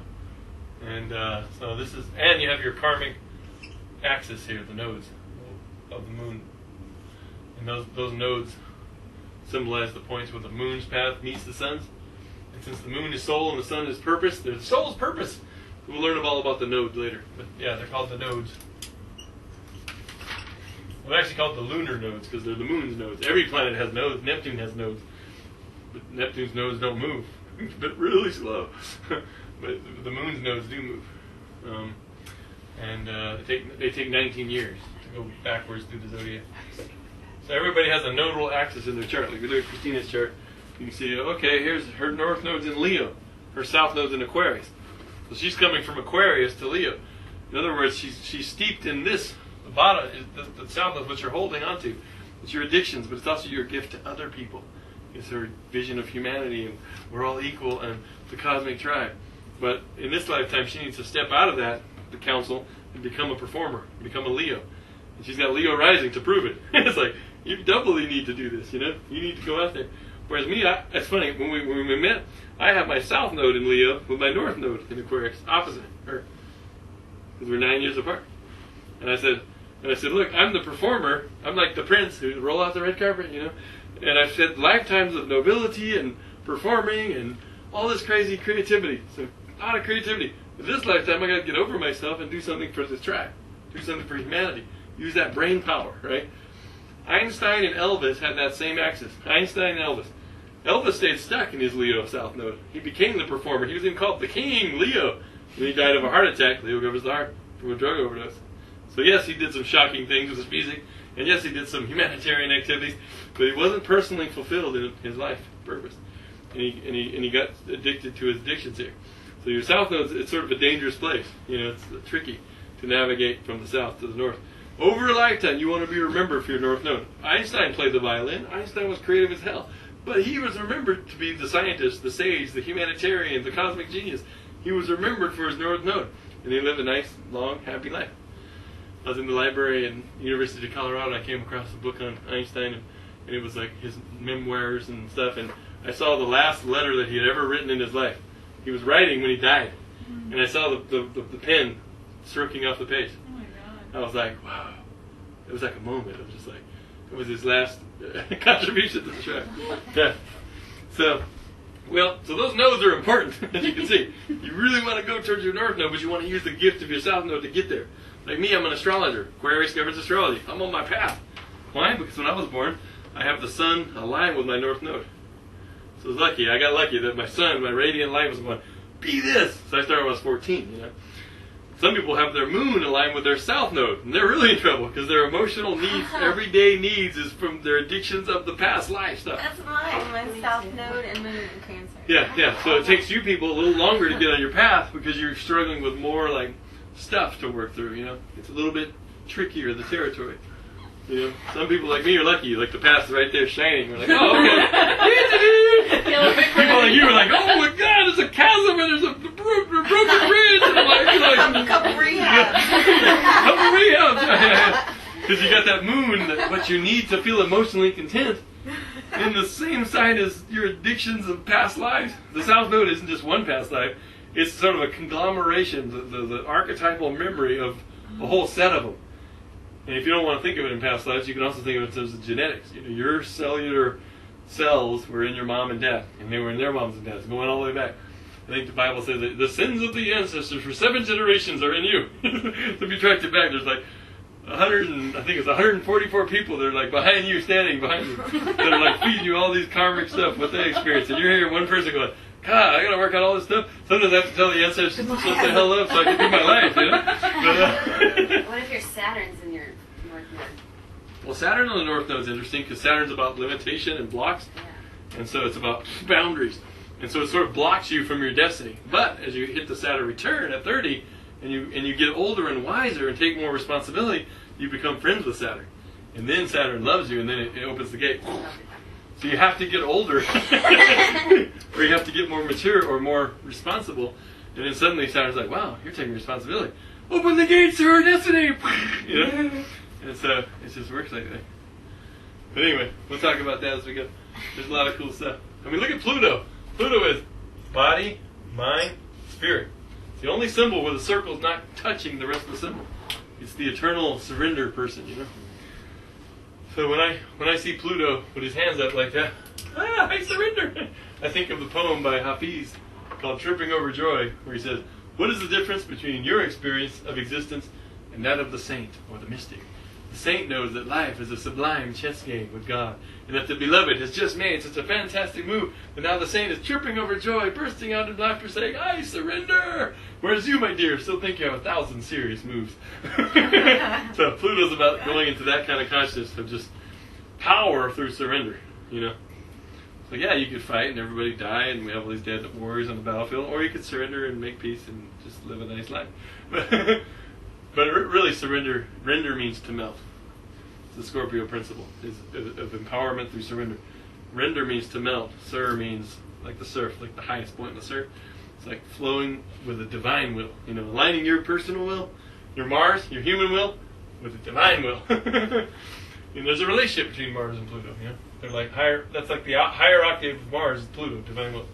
Venus is love. Neptune is divine love. Mercury is mind. Uranus is divine mind. The sun is your creative life purpose and identity, while Chiron is your higher self and your higher life purpose and identity. That's just like the layers of the Yeah, totally. Chiron is your visionary self. I call it the visionary self. I don't like the word higher and lower self, because lower just sounds like we're degraded. So it's like the visionary self. Anyway, yeah, so you got all these parts. And then, okay, look at Uranus. Uranus is, you know, 2 arcs connected with a cross and a circle. So Uranus is spirit working through matter to unite the 2 poles of consciousness, the Logos and the Sophia I was talking about earlier, the yin and the yang. So Uranus is like, looks like a Starship Enterprise. It's like, you know, it's the planet of technology, invention. I mean, when this planet was found in 1781, what was happening on the planet? Well, the American Revolution just happened, and the French Revolution was gearing up. It's just all over the country. People were talking about democracy and down with the opposites on Leo, and the rights of the people, you know, Aquarius, community, and invention. You know, Benjamin Franklin was out there with his lightning bolt, you know, and his kite, you know. And so you have all that Uranian stuff going on. Can you say that again? Spirit working through matter to... Spirit working through matter to unite the 2 poles of consciousness, the 2 streams of consciousness in the universe. The stream that's the feminine stream, which is the Sophia, the invisible side of God that we don't see, but it's the fabric of the universe. Space versus light, and logos. Logos is the creative power, but it can't create nothing unless it's got fabric. You gotta go to the store and get some fabric before you make that vision happen, right? And so the Sophia is the feminine, the fabric. It's the invisible fabric of the universe that we don't see because it's so mysterious. It doesn't want to be seen. But when it shows up in form, everybody's like, whoa, a beautiful sunset. Whoa, beautiful women. I mean, women are basically the feminine side of the divine in form. So even women be checking women out, like, whoa, look at you, because you're the Sophia in feminine form. Men have that on the inside, and women have the logos in form on the inside. It's like we're all mixed up, but we're all one, So it's kind of cool. And then of course this here is the collective zone. The social, collective or social planets. These, like Jupiter's culture. What's your religion? Saturn's like organization and structure, governments. These are more like what's your organization paradigm? People that have strong Saturn aspects to say their Mercury are going to be really organized in their mind because they have a paradigm of structure working with their mind. So this is the collective, and of course this here is the transcendent. So that works out. We're going to talk about this more, but I just wanted to go into just give you the breakdown of these are the most important planets for a person, and these are the next most important, and these are the next most important. I mean, if you're a mystic and you're tapped into the spiritual path, and you're like one of the Jesuses on the planets, you're going to be taken over by these forces because there's a transcendent thing coming through you, And so these become more important. And when you have these planets in aspect to these planets, you're sort of a vessel for these forces. You know what I mean? Because they're coming down through your pipes. This is like your mind, your will, And so it's important to use those wisely and to know about them. So those aspects are, if you have Venus square to Mars, like she had, that's one thing, But if you have Venus square to Pluto, it's coming in from a deeper vibration, So it's a really more potent square that's trickier to work with unless you have a lot of wisdom about what Pluto's about. I always call this the organic universal truth, and if you don't get it, you're out. No, I'm just kidding. So The sheet was for that lecture. what? Was the sheet for that lecture, that part of it? No, we're gonna do this again. Okay. But yeah, you can use that if you want. Right on it. But we're gonna show this. You can save it. I'd rather type it and put it on my computer. Yeah, we're gonna talk about that sheet again. We're gonna bring this all up again. I just wanted to start out there.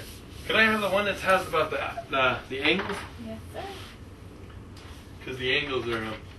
Here we go. Ding! See, I used to draw this stuff. But I can draw a pretty good circle. But this is a good circle. So anyway, so the angles of the birth chart are crucial because they're the most important houses.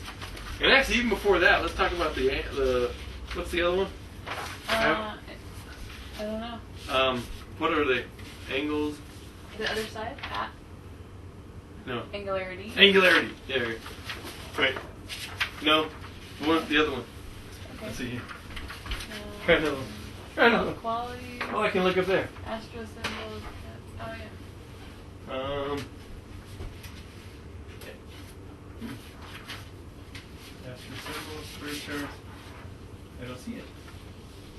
Anyway, we'll work with this one. Angles. Is there somewhere else I can look? Well, actually, in your packet, there's this one here. It's chart. Oh no, angles of the birth chart. Correct. That's it. Angles.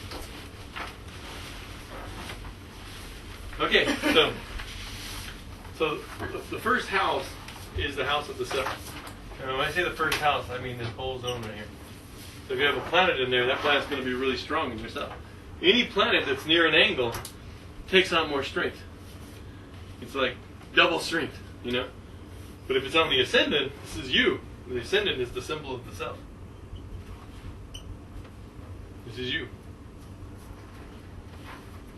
the ascendant is the same thing as the rising sign. Excuse me. Actually, the ascendant is actually that point. The ascendant. The rising sign is the sign that gets cut by that point, like in the zodiac. So whatever sign, like if you have Sagittarius there, then that would be a rising sign. But you'll hear them used interchangeably. Rising sign, ascendant. But they're not the same? Well, technically the ascendant is just the point where that line is happening on the horizon when you take your first breath. And the reason it's the self is because the ancients were really into things rising, and setting and all that. And when they saw something rising, they called it an appearance. So when something was rising, it was making an appearance. And so when you come on the planet, you're making an appearance. When you come out of the womb and take that first breath, you're making an appearance, And so the first house has to do with you showing up, That's why, and ancients recognized right away that, wow, the way people look is related to whatever sign's rising, And even parents will name their kids unconsciously. They don't even know astrology. They'll name their kids unconsciously based on the rising sign.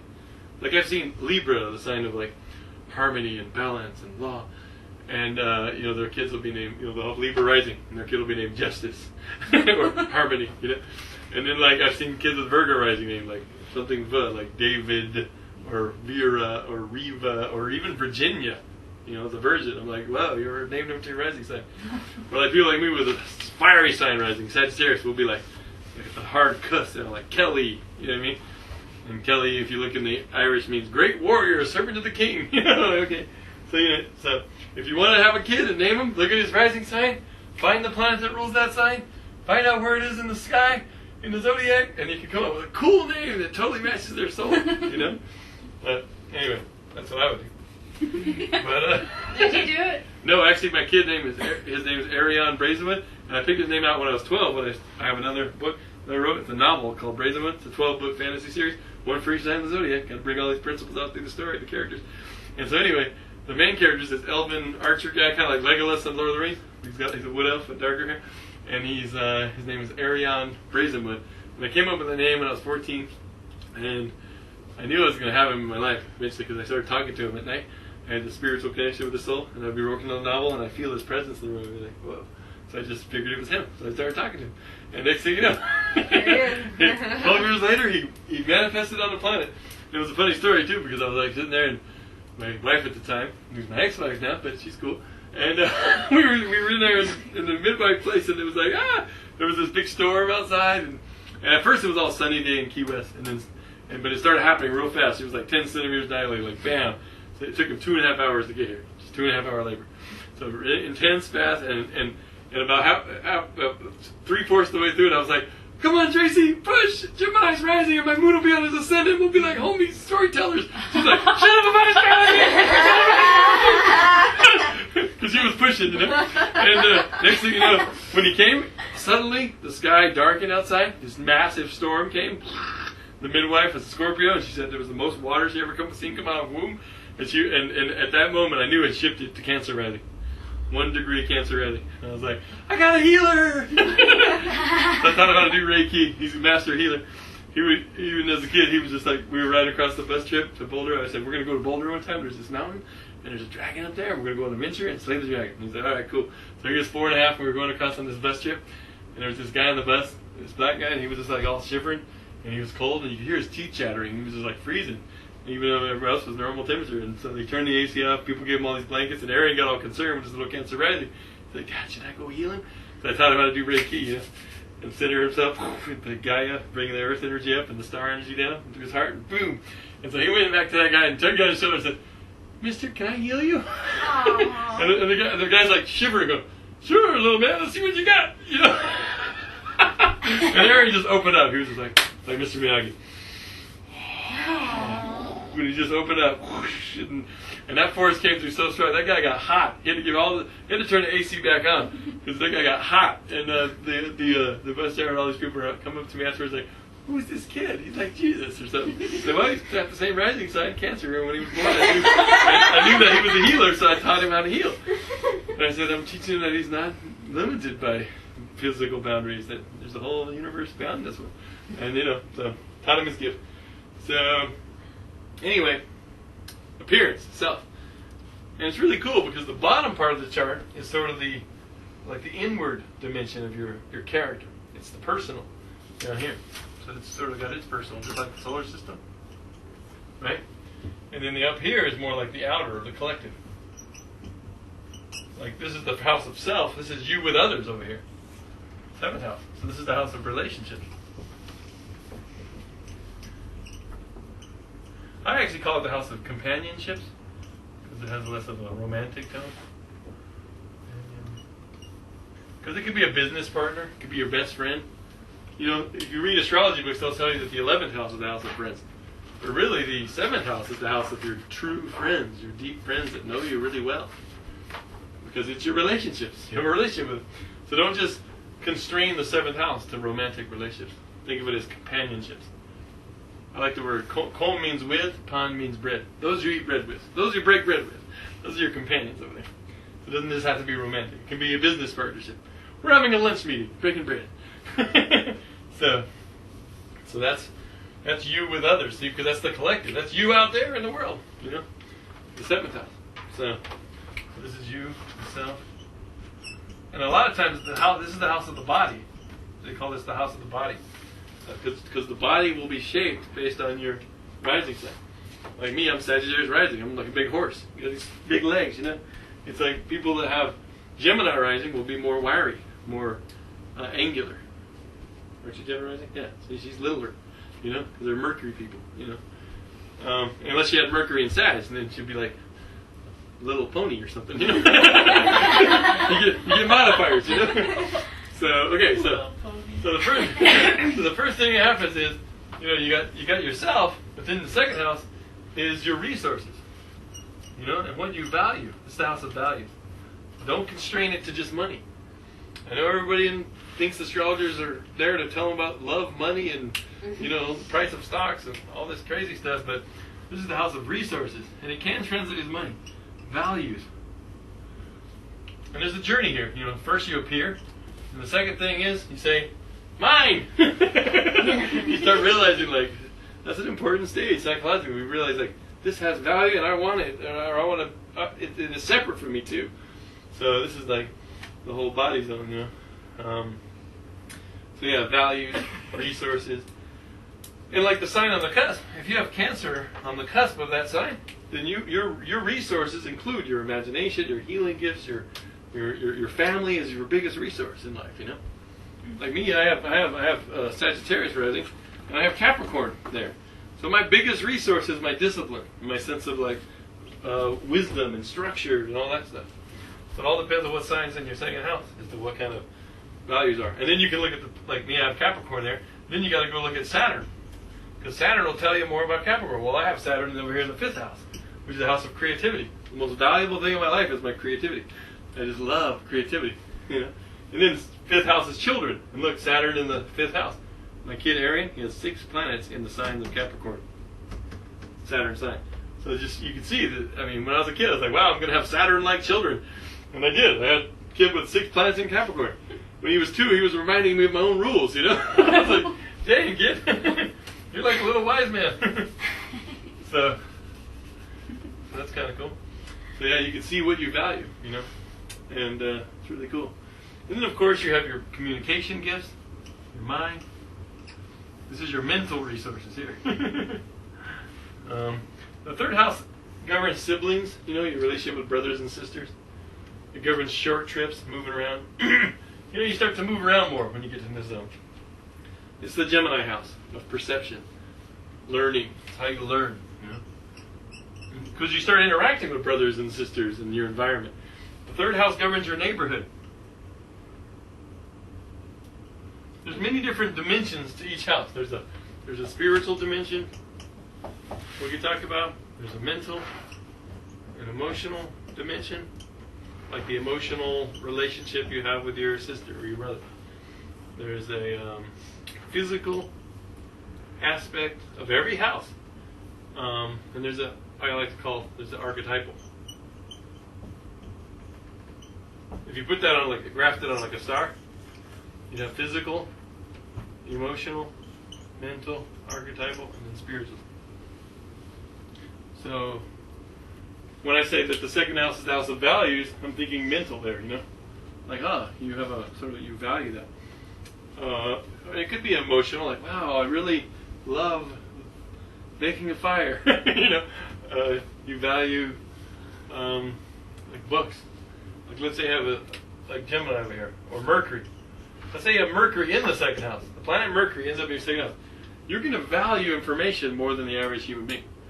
I have Mercury in the second house. I write things, you know. It's like I have so many books and CDs and this and educational because I really value Mercury, learning.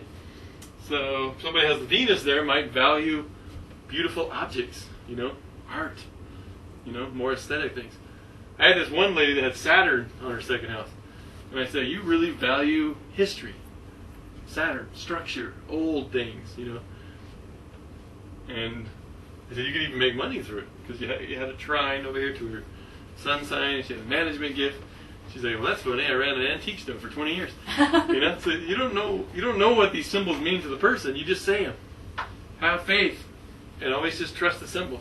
So Stephen Forrest says in the movie, he says, in the special features, he goes, I always tell my students like a bumper sticker, trust the symbols. You know, because if you just trust the symbols and speak them, you don't have to try to know everything and try to figure out how that person's using that symbol. That's for them.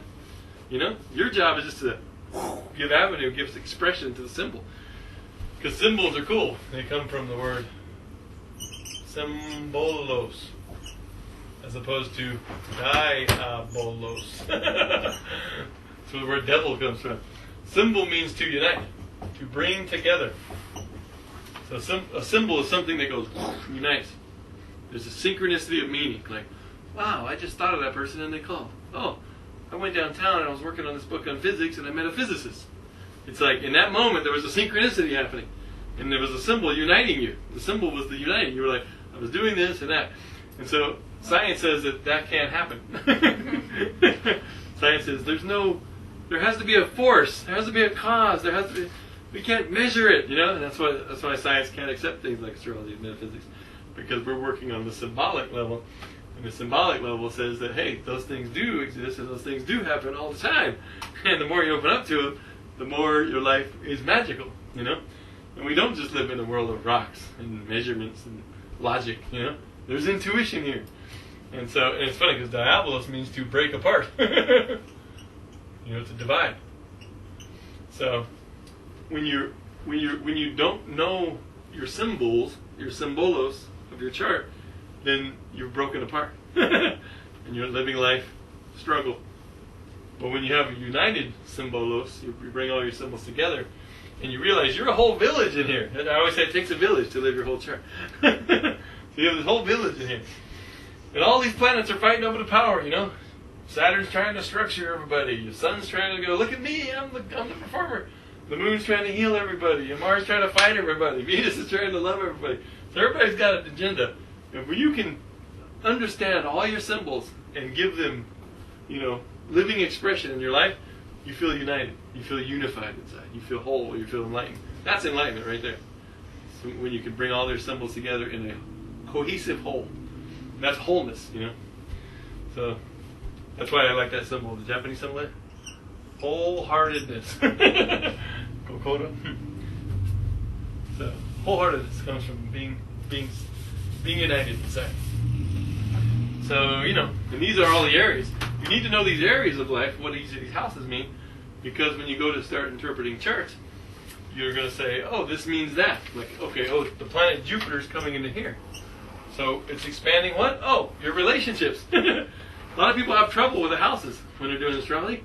They're like, God, I never learned the houses. I'm like, well, you forgot the most important part, the people, places, and things. You know? Because, you know, they get through the signs, and the signs are cool, and the planets are cool, but then the houses are too much work, you know? So that's why in this class I said, you know, I'm going to start with the houses. We've never done this before. So you guys are getting state-of-the-art astrological teachers. But I figured, you know, by the end, if you keep hearing about the houses, you'll be like, oh, 7th house is about relationships. So if you have a planet in there, like somebody has Mars in the 7th house of their natal chart, not transiting, like with the arrow. Whenever I draw an arrow, it means it's moving. But if they have it in natal like that, they're always having battles in their relationships. Why? Because they're always projecting Mars onto their people. Like, you want to fight me! So that they come into relationships like this, you know. And so, of course, they attract what they get, you know. And then Jupiter will come along and say, hey, guess what? You're here to grow. Jupiter will bring some growth in that area for you. So, anyway, so it's important to think of these houses as rooms inside of yourself. One astrologer, Antero Alley, he says that these houses are like states, energy states, fields of energy. And they are, they're fields. I like to call them the fields. The houses are fields of energy expression. Or life, fields of life energy, or life expression. So, you know, they have many different dimensions, like we said. Like the second house can be values, but it can also be physical. It could be actual money. Here's the money. That's a physical expression of the second house. But don't limit to that. On the spiritual level of the second house, it's about your sense of belonging, your sense of like you are valued by the universe, by the Creator. So it's like, wow, I have a sense of value just from being here, you know. I always have in my silent constant, if I ever have a slow month, I say, come on, God, you owe me a living, I'm here. You know, it's the second house, values. It's like, you want me to be here, you better treat me. So, then again, I have Scorpio in my 12th house. I have a kind of an intense relationship with God. I can wrestle with him like Jacob with the angel. Most people aren't ready for that level of relationship with God. They just want the little, take care of me, please. Can I have some food? I'd be like, give me some food, damn it. Okay. Anyway, so fourth house is your foundations. I drew a skinny fourth house. Come on, fourth house is your foundations. You need a big wide. It's like Grandma saying, we need to fatten you up. Give me some soup. All right, so the fourth house is home, roots. You call it the nadir down here. This point here is called the nadir.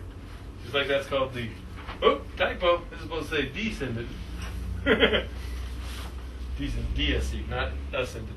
This is ascending, that's setting in the west. And this is the midheaven, the MC. These are the most important houses because they're the ones where the energy happens, you know. Planets in these houses are the strongest, you know. The 4th, the 7th, and the 10th, and the 1st.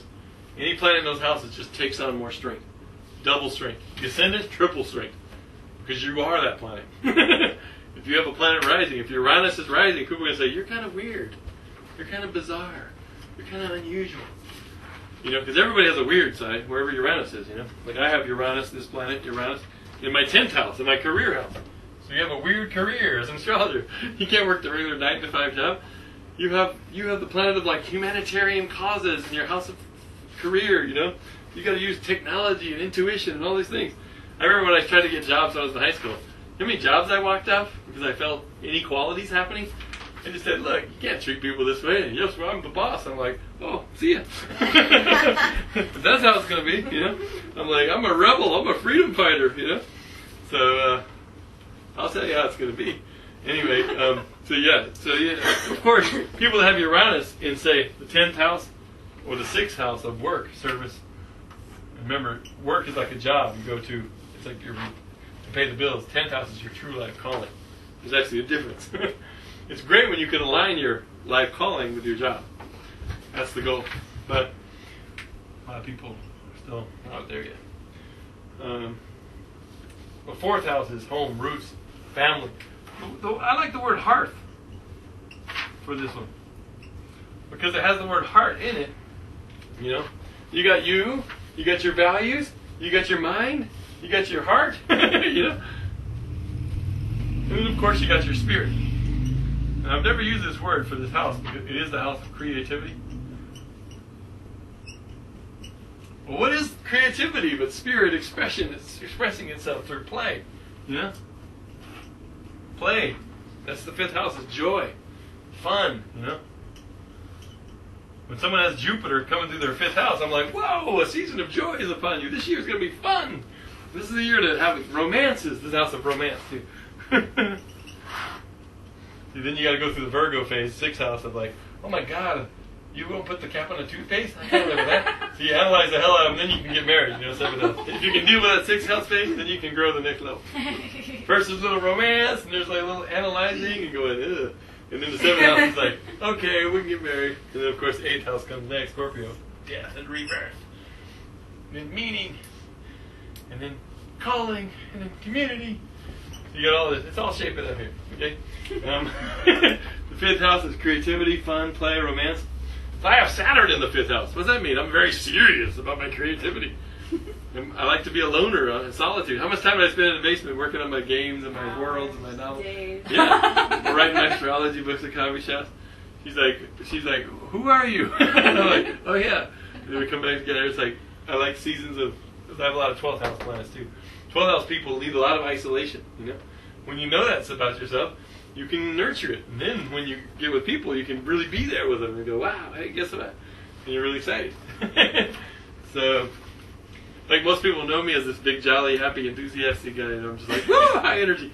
But when I'm by myself, I'm more just really inward and like focused and like sewing these strands of 15 million imaginations together. It's like, so anyway, that's the fun house. And that's what I mean. Like it's your spirit, because you got you and your values, your resources coming into the world, and you got your mind and your communication abilities. You got your neighborhood, and your siblings. You got your home. Mother, father, parents, roots, and then you got creativity and your spirit and joy. And then, of course, the 6th house is like, yes, but you have to like clean up the messes and pay the bills. My teacher called this the house of coping. 6th house is about service. It's about skill.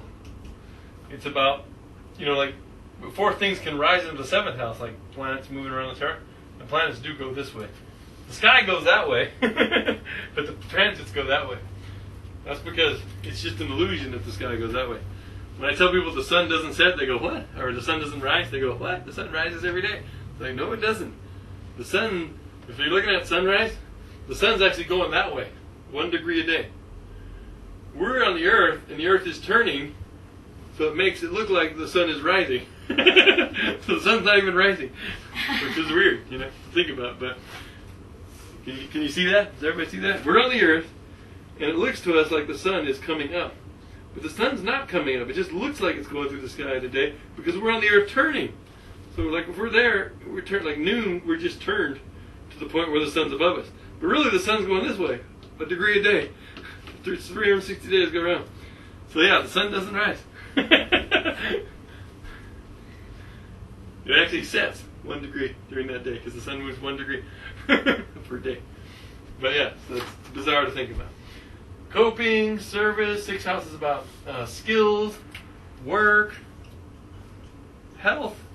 Now this is a modern upgrade to this house, the house of health. It used to be called the house of illness. The ancients didn't have much to good to say about the 6th house, the 8th house of death, and the 12th house of self-undoing. These are like, and even the 2nd house had some problems. But for the most part, the 6th, the 8th, and the 12th are the most problematic houses. I, in my archetypal, beautiful expression of astrology, like to give everybody equal weight, Like, 6th house can be mentors, 6th house is about relationships that are unequal. So it's below the relationships. Like, to a mentor, to a student, or like a landlord to a tenant, Someone that's over you. Because 6th house is service, you're serving them. Coping, work, health. But it goes away. It goes both ways, though. The mentor is serving the student, just as the student is serving the mentor. So yeah, you saw Christina. Jupiter went into her 6th house, and it was time for expansion in her work. There's other women there. 5 of them left in the last year. What they have? Saturn in there. Say time to get a new job. It's like, okay. Everybody has different phases going on. So it's kind of cool to think of this as your personal construction below you. And this out here is just like, okay, so this is yourself with others. Relationships and companionships come out of that. Even business partnerships. Just partnerships. Partnerships of all kinds. And then, any more markers? This one's getting tired. We'll go orange. Match my shorts. Alright, so 8th house is the eternal mystery of life, Let's just call it the house of the eternal mystery. The house of Scorpio. Every sign is related to a house. The first house is the house of Aries. You'll hear it called this way. The ancient Hellenistic astrologers or the Hellenistic astrologers today don't like you to do this because the houses have their own being independent of the signs. But it's a good way to just remember them. You know, Gemini is communication, so you know the house of 3 is about mind communication. Cancer governs home and family. So there you go. You know, Leo, creativity. There you go. It works. You know what I mean? The house of Virgo. This is the house of Libra. This is the house of Scorpio. So you're actually learning about the signs just by learning about the houses. Even I'm focused on teaching the houses first because they're persons, places, and things. So Scorpio is about the house of Scorpio. The 8th house is about change, not charge, change. I guess you could charge your credit card. That's it's the house of debt, you know. But change, rebirth. You know, everybody hates change. They say they like change, but they don't even want change from the grocery store. Keep the change. It's like change is important. You know, we need to keep track of change. You know? Actually, embrace change. You know. So if the second house is your money, this is other people's money. Others' values and money and resources. So you know this house of inheritance, because the change happens, a big change, death. And you get money or whatever, you know. So they call this. So when Jupiter is transiting through the 7th house, the ancient astrology books would say, "Oh, this year you're probably gonna get an inheritance." That's one meaning of it. In modern astrology, we don't do that anymore. We say, "Hey, this is a season of the soul where Jupiter, the planet of growth and expansion, is bringing about inspiring change in your life." Now, whether it comes through an inheritance or it comes through lots of sex, you know, because Jupiter's the planet of opportunity, the house of other people's. So this is the house of pleasure here, you know. So this is the house of other people's pleasure. Pleasure with others. Pleasure with others. So it's the house of sexuality. It governs, you know, the 8th house, Scorpio. It's passion. It's the house of passion. Which is a strange word because it means to suffer. Everybody wants to be passionate. Like, oh, you all want to suffer? Cool. You know, like the passion of Christ, suffering. So this is your pleasure, this is pleasure with others. Like this is the things that you like, your pleasures, your personal creature comforts. This is what you like to share with others over here. See? So it's more intense over here. And then, of course, the 9th house is the house of Sagittarius. So the 9th house has to do with, remember how in a relationship you go through a rebirth and then you have meaning. So this is the house of meaning. It's the house of exploration, philosophy. I mean, Jupiter's a planet of philosophy. Jupiter governs your belief systems.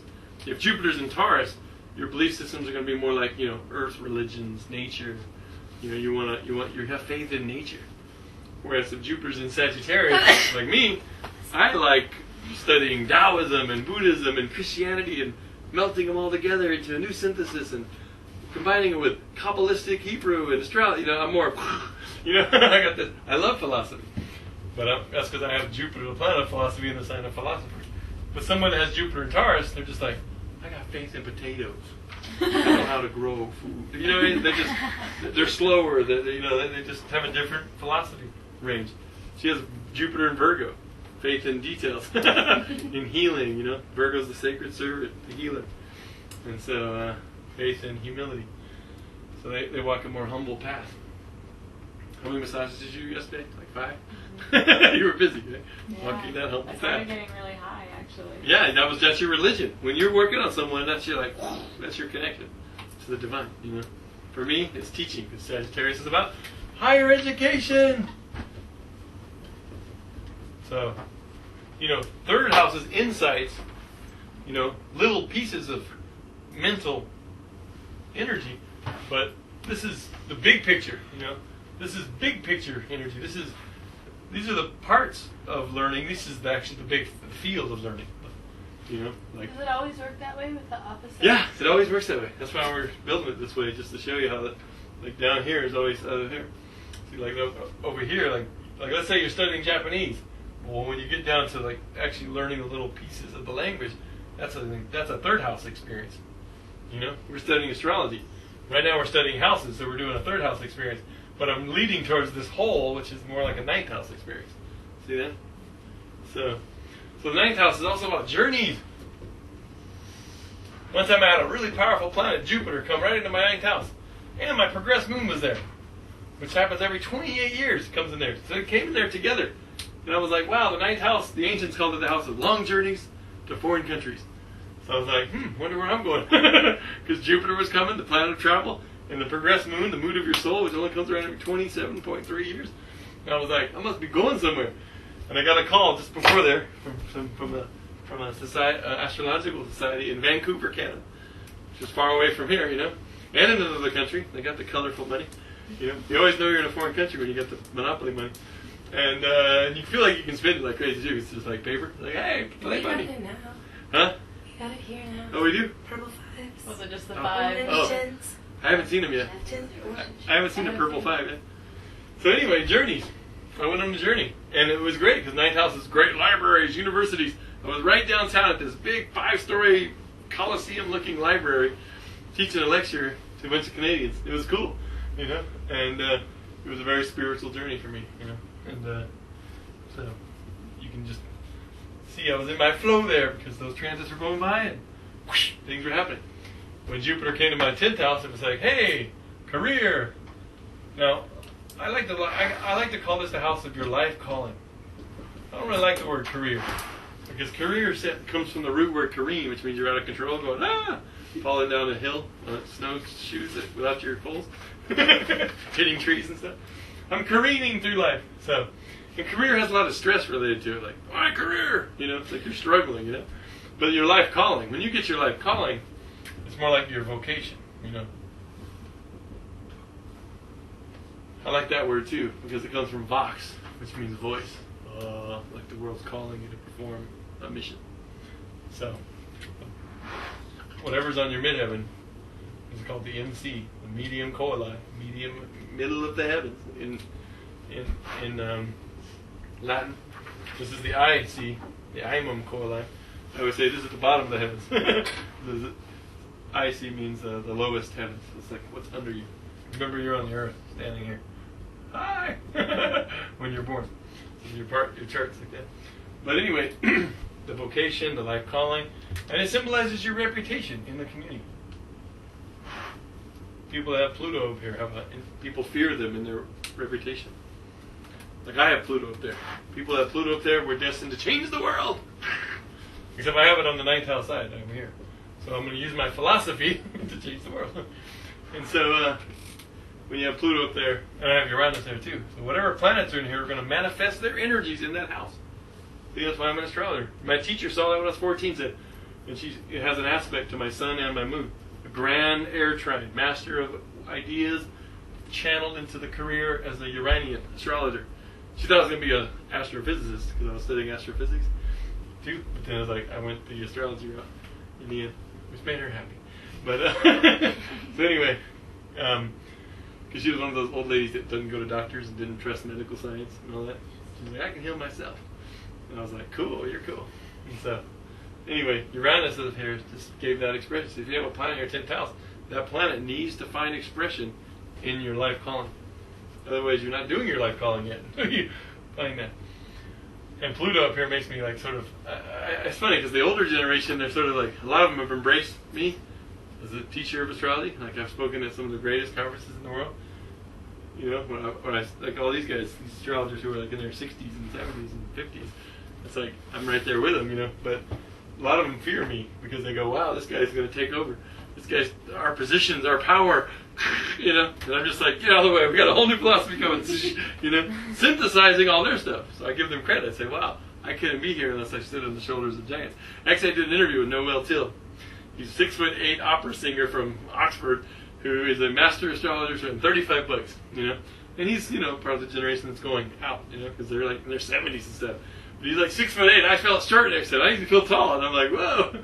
And he goes, after my interview with him, I just did in Denver, he got up and he said, he didn't want to do the interview at first because he was like, well, but my friend talked him into it, and he came afterwards. He was like, that was the best interview I've had in my whole life. He shook my hand. He put his hand on my shoulder and said, Kelly, you really know your stuff. Those questions were amazing. And I was just like, well, I stood on the shoulders of giants. I said, literally in this case. But yeah, there's a lot of like, whoa, this guy's coming. He's going to change the whole field. So whatever field you're in, you're going to bring that wherever your Pluto is. 11th house is your community. So it's like once you find your calling and you get with other people that are doing it, that's your community. Like when I go to these conferences and I'm surrounded by astrologers, I'm like, hey guys, these are my people. This is your tribe, If you have Neptune in the 11th house, you're going to attract Neptune people in your tribe. The drug addicts, the mystics, the artists, they're all going to be hanging around you. Because Neptune's there, you know what I mean? The planet of dreams. So dreamers, and you're going to be really fascinated with spiritual community. That whole idea, like, wow, let's build a spiritual community. And then whatever signs on the cusp. Like I have Scorpio on the cusp of my 11th house.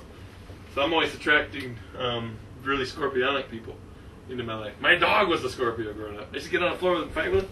He'd bite me in the head. I'd be like, yeah, you're a Scorpio. But he was my best friend, Scorpios are my first wife. Tracy was a Scorpio. She had like 5 planets in Scorpio. I married my friend. And then I realized, it's like, oh. One time I was driving through Key West on a bike in the rainstorm, and I looked over and I felt spiritually like she was my sister. And I was like, oh my God, I married my spiritual sister. I was like, this ain't happening. Anyway, but she was part of my tribe, So this is your cosmic tribe. But it's also your goals and your visions of the future. Because when planets are coming this way, they're getting ready to cross the ascendant and start a whole new cycle. So it's like, what's coming in the future? So this is the future. Goals. That's why the 11th house governs astrology. So that kind of thing. Like Christina, she had a new moon in the 11th house this month. I said, you want to come to my class? She's really protective of her day off because all that healing, She's like, I got to go home and rest, And she's like, yeah, I want to come. Like, a new moon in 11th house. So in 6 months from now, when the sun's over here shining full moon, you're going to have all this fulfillment of this knowledge in your head. She'll be like, woohoo. I mean, she gets it in bits and pieces at home. Sometimes she listens to the door when I'm doing the She likes to hear me go off in that visionary space. But anyway, the 12th house is the house of dreams, inspiration, spiritual vision, your relationship with God, whatever you want to call God. I call it eternal being. My symbol for God is an infinity symbol with a circle. Infinite spirit, infinite being, infinite spirit. I like symbols though, I'm more mental. Some people just want to feel it, like put a guy on a wall and do some bhakti yoga or whatever you call it, devotional yoga. So yeah, they called this the house of self-undoing, because it is the house of escapism. I mean, I'm making all these houses sound really, really good, but every house has something, a shadow side, Just like every sign has a shadow side. 12th house goes with what sign? Pisces. It's like, this is Aquarius. This is Capricorn. What's the dark side of Capricorn? Control! I'm the boss. What's the dark side of Aquarius? Rebellion! And just feeling like, just being so unpredictable and weird that you can't even fit into the tribe, You just wear a purple sock with a red sock just to shock people, Including yourself. But, you're just a freak. Anyway, Asheville has the sun in Aquarius, right? With the moon in Gemini. So I always say this is the town of the freaks. We're ahead of our time. We're in the future. But we're all the freaks. And we have moon in Gemini. So nobody can commit to nothing, Like, how many people are in this class, And so, moon in Gemini, people, there's all this curiosity, but nobody wants to go deep, It's like, okay. So sorry if I've deepened you tonight. But. How did you get that from the... Oh, from the charter of the city. You go and look at the charter of the city's chart. On that day, that's the chart of the city. So even cities have charts. Nations have charts too. Like America, we have the sun in Cancer. So we think we're the mother protectors of the world, but we're the moon. We're really the smother mothers. The moon is that dark side, and then our moon is in Aquarius. So we have and moon governs the people of the country. So the people are very Aquarian. We're very futuristic, inventive, freedom. That's the soul of America, soul of the freedom. And right now we have Neptune crossing it. So that's why we've been being deceived by our higher powers. But we're also feeling a spiritual revolution coming on here. So it should be cool. It's building up. This Neptune only comes around every 165 years. Wow. So America's about to go That's through. awesome that we're going to be here in a spiritual... I know. The spiritual renaissance. This 2012 is like a renaissance happening again. It's a rebirth. It's the end of time as we know it, but the beginning of a whole new cycle. So all the powers that be, all the structures are in place. They're like melting away. before their eyes, and they don't even see how it's melting.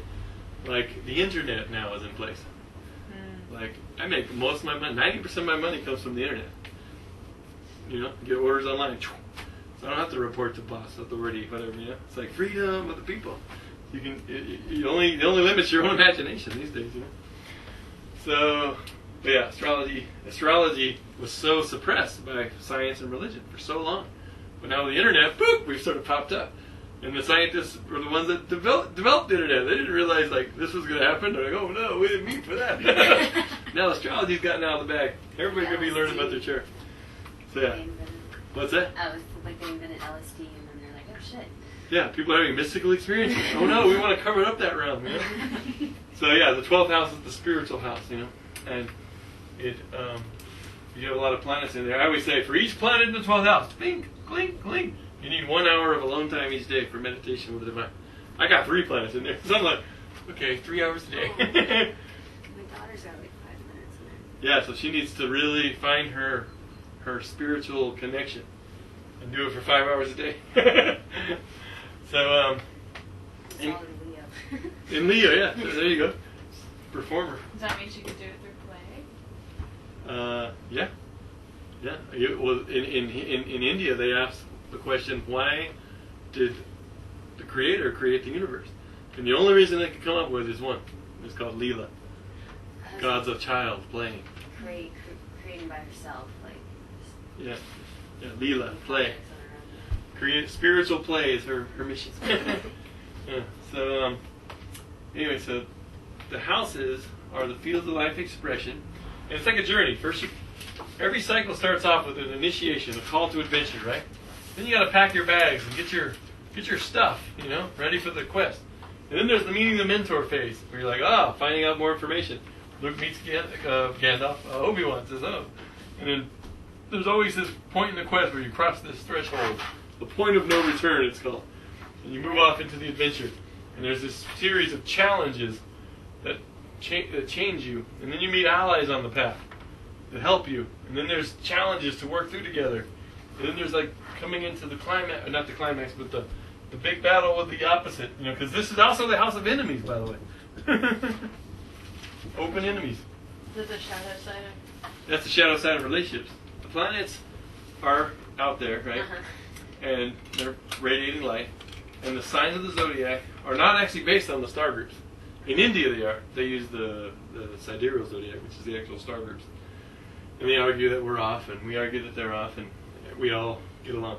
So, but you know, because if you're born within the first 24 degrees of the signs, and you're actually in Indian astrology, would be the next sign before that, because they're using the star groups, but we're using the signs. And the signs in modern Western astrology are based on the flow of change each day. So if you can imagine this, like a wave, like a darker marker. Sign, true sign. Yeah, exactly. Okay, so imagine a wave, right? Well, when the spring starts, that's Aries. The highest point of the wave, that's Cancer. Coming back down, Libra, fall. Why? Sun's falling, right? Lowest point in the cycle, Capricorn.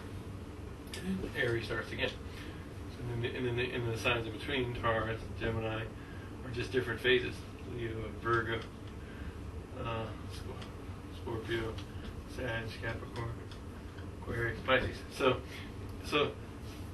when the sun, the symbol of the sun, enters or crosses the equator on the equinox, right? At that moment, when the sun crosses that equinox equator, right? That's the first day of the year. That's the first day of the zodiac. That's 1 degree Aries. That's how we define 1 degree Aries. It's called the Aries ingress.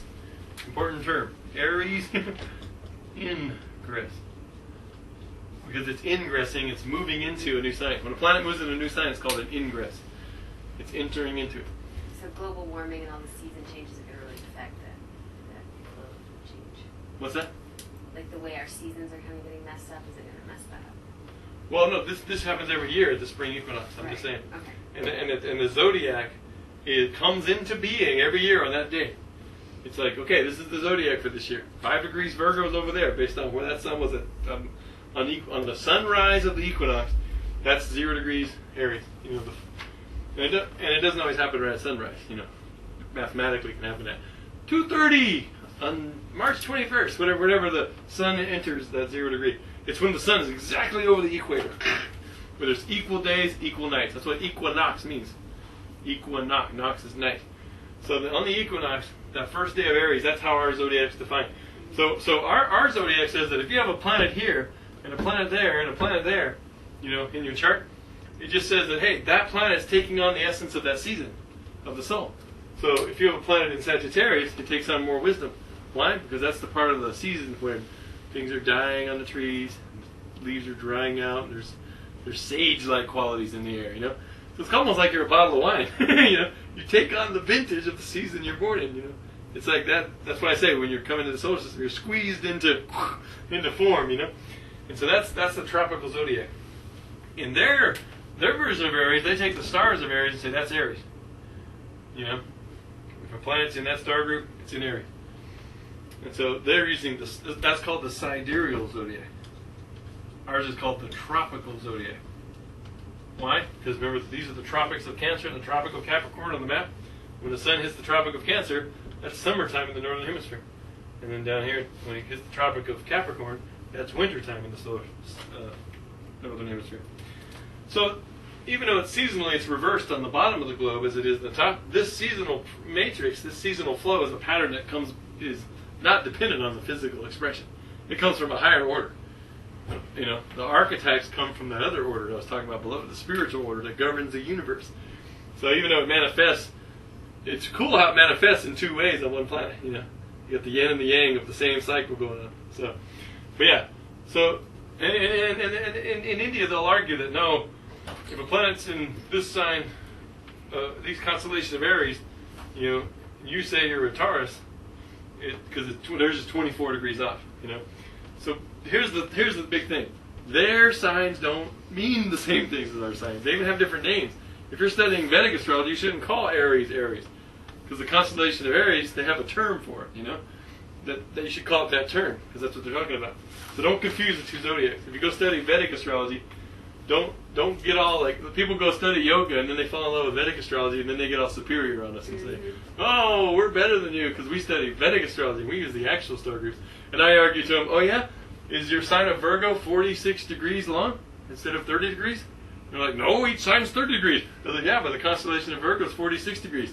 Constellation of Aries is only 15 degrees. You should have varying degrees of your constellation if you're really using the constellations." So there's arguments both ways, So are the meanings the same? No, there is overlap. There is overlap, about 70% overlap. But in general, they interpret it a whole different way. Their system is beautiful. I mean, their aspects are more like, they don't even have aspects. They call them planetary yogas. If this planet's in that sign, and that planet's in that sign, and that one has that, then that's the yoga of this. If a planet's in its own sign, rising, it's called Raja Purushana, which means it's the mark of a great one. So you look and you see, like in the Dalai Lama's chart, he's got 2 Raja Purushanas. So that's why when they found the Dalai Lama, they're like, he's the one! He got 2 of them, I mean, if you look at our culture, who has 2 Raja Purushanas? Who's the actor that plays James Bond? Sean Connery. Sean Connery has 2 Raja Purushanas. He's got the mark of the great one. And when you see him on stage, you're just like, wow, that guy can act, you know what I mean? He's got that charisma coming. Even young people will be like, dang, what does that guy got? So anyway, you can just feel that in people, I have a Raja Purusana. I have Jupiter in its own sign, rising, and it's conjunct Mars, the warrior athlete. So I was like the football player. You should see quarterbacks. They're afraid of me. I was like, I'm coming. The moon's in Gemini, and I can fly, I'm sacking you today. So, but I chose the spiritual path instead of the sports path. But I could have gone the sports path. Anyway, you have all this potential in your chart. And so that's what I mean by this, is the zodiac, is there's differences. But like whatever your planets fall in this tropical zodiac, you take on the essences of those archetypal seasons, like a bottle of wine, squeeze into you. And so, that's that. But my point about the houses is that these are fields of life experience And when a planet is in a house, it's like having an occupant in a room, in you. So if you have a lot of planets in the second house, there's something going on with money, resources, values in your life. You know what I mean? If you've got a lot of planets in the fifth house, you know, you're going to be really motivated by the experience of creativity. I had one person had Jupiter in there, and she had 5 children. I was like, wow, it's a lot of children. Jupiter brought its expansive vibe out there, you know. I've seen other people with Jupiter in the fifth house. They didn't have a lot of children, though. Instead, they would take journeys to foreign lands to do, like, art, creativity. I was like, oh, you used it that way. So he's like, it's not about producing. Like, this is what it is. You just trust the symbols and speak the symbols the way I'm going to teach you. And it will apply to that person perfectly, you know. I've never done a chart where it didn't match. Actually, one time I did a chart where the person was like, this doesn't sound like me. Like 15 minutes into the reading, she was like, hold on, stop everything. She's like, this isn't, I'm not connecting with this at all. And I was like, really? I was surprised. You know, I was just reading the symbols. And I was like, wonder what's wrong. And she looked at the chart and said, The birthday was wrong. she said, I was born in the PM, not the AM. I was like, oh, the whole chart 12 hours off. Let's turn it over. So I recalculated, redrew it. 30 minutes later we started, and poof, it was perfectly on. Exact her character. So it's just like that 12 hours made a big difference because it put all the planets in different houses, you know, put all the different rising signs, different everything, you know. So the quality or the accuracy of the chart depends on the quality of that birth time. So you want to get it within, you know, at least 15 minutes, because this degree of the ascendant, 1 degree, changes every 4 minutes. You know? So if you're off by 16 minutes, let's say, you could be off by 4 degrees, which isn't much, you know? 4 degrees is like turning the chart from like, you know, from like there to like there. You know? Time goes, you know, it takes 2 hours. But in Christina's case, 1 degree is a lot. Or because she's 1 degree Leo. So if I'm off by 4 minutes, she could be Cancer rising, and I might be wrong. You know, so you want to get that. So you just ask them: is this your birth time of birth, or is this your mother's memory? Because you want to have a birth time, birth accuracy. That's called, in astrology we call that an AA. You know, Lois Rod was this great astrologer who created this database. It's called Astro Database. It's this growing database. You can go to astrodatabank.com of like birth data, accurate birth data, and it has cool little descriptions of their life and all based on their transits and everything. So it's a growing database. It's really cool. And AA is the symbol or the record for like birth certificate data. And then like there's A and B and C and D. You know, there's all these like levels of dirty data, we call it. What's the best place that you would suggest to pull up our charts? Because it would be fun to like have it in front of us, like. Totally. Well, I was going to get your data and print them out so we would have them next time. Okay. Yeah, because I could do it right there. I could project your chart right here on there. So we'll be. I'm going to get everybody's data and print those out. But yeah, just know that the degree of the ascendant change is 1 degree every 4 minutes. So you know the sky's turning, so the Earth's turning, the sky's there, and actually the ancients called the universe. When they looked up and called it the universe, universe. Verse means to turn in Latin. People like to say, oh, verse, the one verse, one song, one vibration. But it actually means to turn. So when the ancients looked up, they said, it's the turning of the one, the turning of God. So they're like, cool. So when a planet is in a house, it's in a field of life experience. And let me show you how that relates to interpretation now. This is the cool part.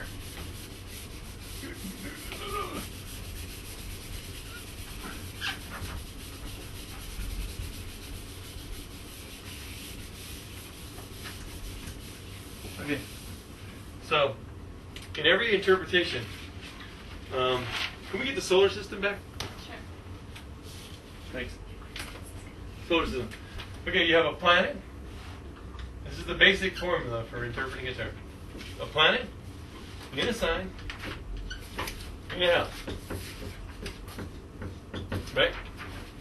So you have an action being done in a style of action. It's in Aries, it's going to be a little more aggressive. It's in Taurus, it's going to be a little more deliberate, slow, builder.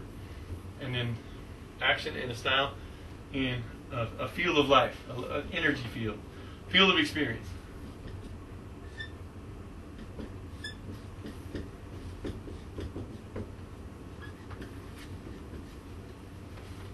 So let's try one. Let's try. Name a planet. Mars. There you go. Okay, so Mars. And what sign? Name a sign. Pisces. It's in Pisces. Ugh. I call that the Gandhi complex because it's like. That's not Oh yeah, Gandhi complex because it's like Mars is like rah, but Pisces is like Piglet on Winnie the Pooh, like I'm all compassionate. It's like spiritual battle. There's a spiritual battle here.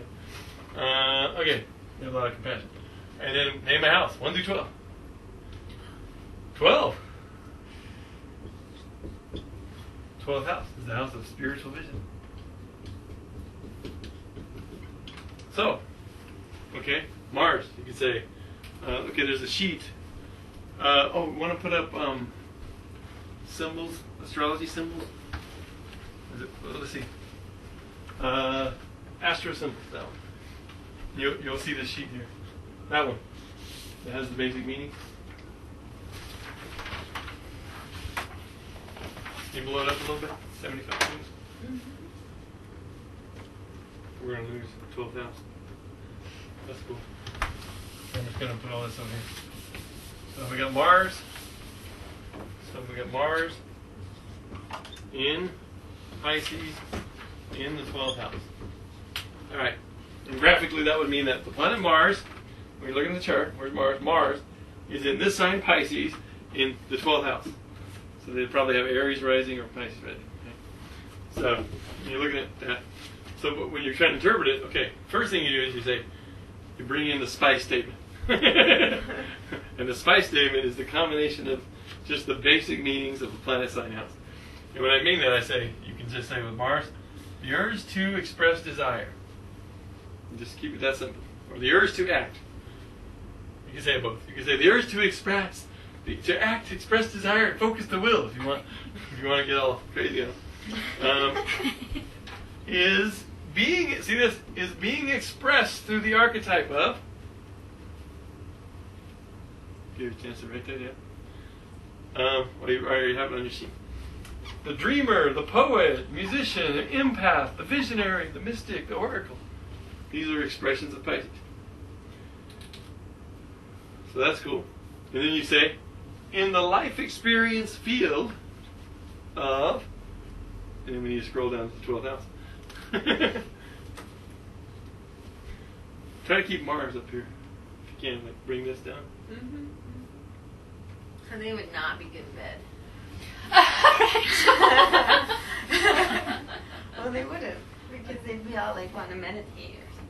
No, they could meditate while having sex, because Mars is desire, and 12th house is spiritual connection. I mean, people that have Mars and desire, they can just have sex with God. They don't even need a human. It's like, whoa. Like I said, I think I dated him. they could get impregnated by the divine, like Mary. All right. So yeah. Anyway, so the urge to act is being expressed in the archetype of the dreamer in the field of secrets. See how I'm putting that together? The urge to express desire is, or it sounds weird. The urge to express desire is being expressed through the archetype of the poet musician in the field of dreams. The urge to focus your will is expressed in the sign of the visionary in the house of isolation. See how I mean? Just basic. And you don't know this applies to the person, but they feel it. They will feel it. They will feel. They will get something out of it when they listen to the CD or whatever. They, oh wow, he's saying my masculine essence, my warrior energy, is working according to the spiritual principle of unity through divine love.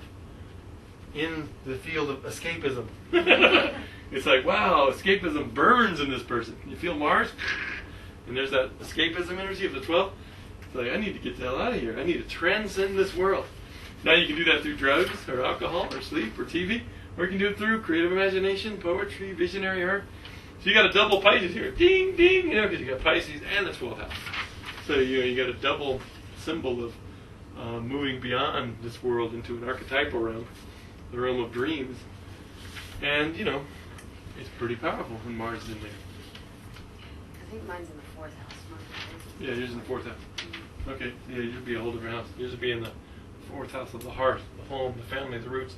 You should be a warrior in the home, protecting those you love. You know?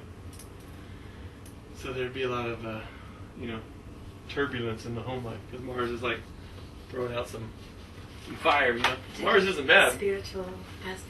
Yeah, it's like spiritual warrior trying to come through the home, huh? So okay, let's do another one. So you see how important the houses are. People say, I don't know about the houses. But the house is where it comes out into life, you know? If you don't know the houses, if you don't know the basic meanings of the 12 houses, then you don't know how to, like, say what it means. You know? So, alright, let's do another one. Pick a planet. What is Ceres? Mercury. Mercury. Let's do Mercury. We'll get to Ceres. Ceres is the new dwarf planet out there between Mars and Jupiter. There was an asteroid field there. Remember the asteroid? Mm-hmm. Well, there was once a big planet there, and it got destroyed ancient times. And the biggest chunk of that planet left is called Ceres. Ceres. And Ceres is her name. Her Greek name is Demeter. So it's the Earth Mother. You know? She governs fertility, agriculture cycles, abundance, food disorders, money, resources. Very important asteroid. And she just got demoted. When Pluto got demoted by the scientists to a dwarf planet, they actually took Ceres and elevated her to a dwarf planet. So Pluto and Ceres are on the same level now, which is really cool because mythically, Pluto is the guy that stole her daughter, raped her, Persephone, took her in the underworld, and she became the queen of the underworld. And Ceres got pissed off and canceled nature, and winter came. So the whole myth of Ceres and Pluto is so dynamic in the chart that I've integrated into my whole teaching. I've been working with Ceres since 1994. I read about her in this book here, you know. I already knew how important she was way back then because my studies with like astrologers like Demetra George, who wrote Asteroid Goddesses, and I was working with Ceres way back then. She works with all 4 asteroids: Ceres, Vesta, Juno, and Pallas Athena. I wanted to have 12 forces in my chart to go with 12 signs and 12 houses. So I chose Ceres, and then Chiron is important now too. Chiron was found in 1977, and it's that archetype of the mentor. It's like that Obi-Wan energy, you know, the mentor. So I really need these archetypes. They're coming back strong. The feminine, the goddess, and then the mentor archetype are really coming back strong. And they're related to the signs of Taurus and Virgo. So Virgo's getting an upgrade. Virgo's not just a nitpicky secretary anymore. Virgo's like the Zen master, you know. So where does the new planet fit into this? The one past Pluto? Eris? Yes. Yeah, Eris is a whole new, it comes from the Oort cloud outside the solar system.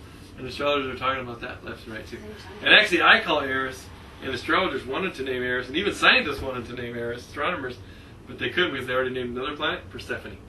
She's the queen of the underworld, out beyond Pluto. And she's and her Eris guys. Eris is the goddess who didn't get invited to the party, and so she came and she threw a golden apple in the middle of the party, and all the goddesses fought over it to see who was the most beautiful. And she's the goddess of discord. So Eris is stronger. When you discover a new planet, you look on the planet to see what's happening, and it's like it matches Eris, discord, Persephone. The dark goddess is rising at the end of this age of Pisces, the age of illusion. See, the cool thing is when you think about it, the tropical zodiac. You know, when the sun enters Aries, right here at the beginning of the year, that's the Aries point. Well, that point moves every year, 1 degree every 72 years. So it's real slow. But 1 degree every 72 years translates to 30 degrees in 2,160 years. So every 2,000 years about, we go through an age. That's where we get the timing of the ages. Right now, the Aries ingress, you know, when Jesus came, the Aries ingress had come back to Aries and Pisces. So it's back to the beginning. That's why they call Jesus the high priest of the order of the Melchizedek. The order of the Melchizedek are these enlightened masters that come at the turning points of the ages and the midpoints to sort of bring the teaching of that archetype into reality. Like when Abraham came, started the Hebrews, he was the Melchizedek of the age of Aries. Actually, there was a Melchizedek on the planet then, and he got his teaching from that. But he was like the guy who initiated the age of Aries. Halfway through was Moses. So back then, the images of God were warrior God, Jehovah, destroy your enemies. And then Jesus came along, Pisces said, love your enemies. Come on, let me wash your feet. Pisces covers the feet, you know. Pisces is about spiritual love through Virgo, service to others, you know. So this whole new age came, this whole new teaching came, The dark side of Pisces is the dark side of what we've seen with religion being institutionalized. And the institutionalization and drugs and escapism.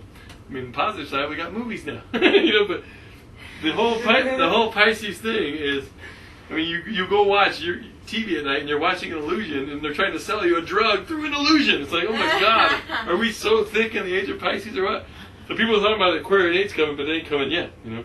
Because the Aries ingress is still, it's like at 25 degrees Pisces. So we still got, it ain't until like 2,376 till it actually hits one of the stars of Aquarius and we get the big, but actually in 2012, and actually 2020, Jupiter and Saturn line up at Aquarius, ding, which is the major milestone moving toward it. It's like the glass is filling up. It's only like half, it's like a little past half full. But so you know that little song in the 60s and we still have like 300 more years? Well, no, the Aquarian vibration is an interface period. The Aquarian vibration started in 1781, right when Uranus was discovered. And the world started becoming more technological, scientific, Uranian, more Aquarian.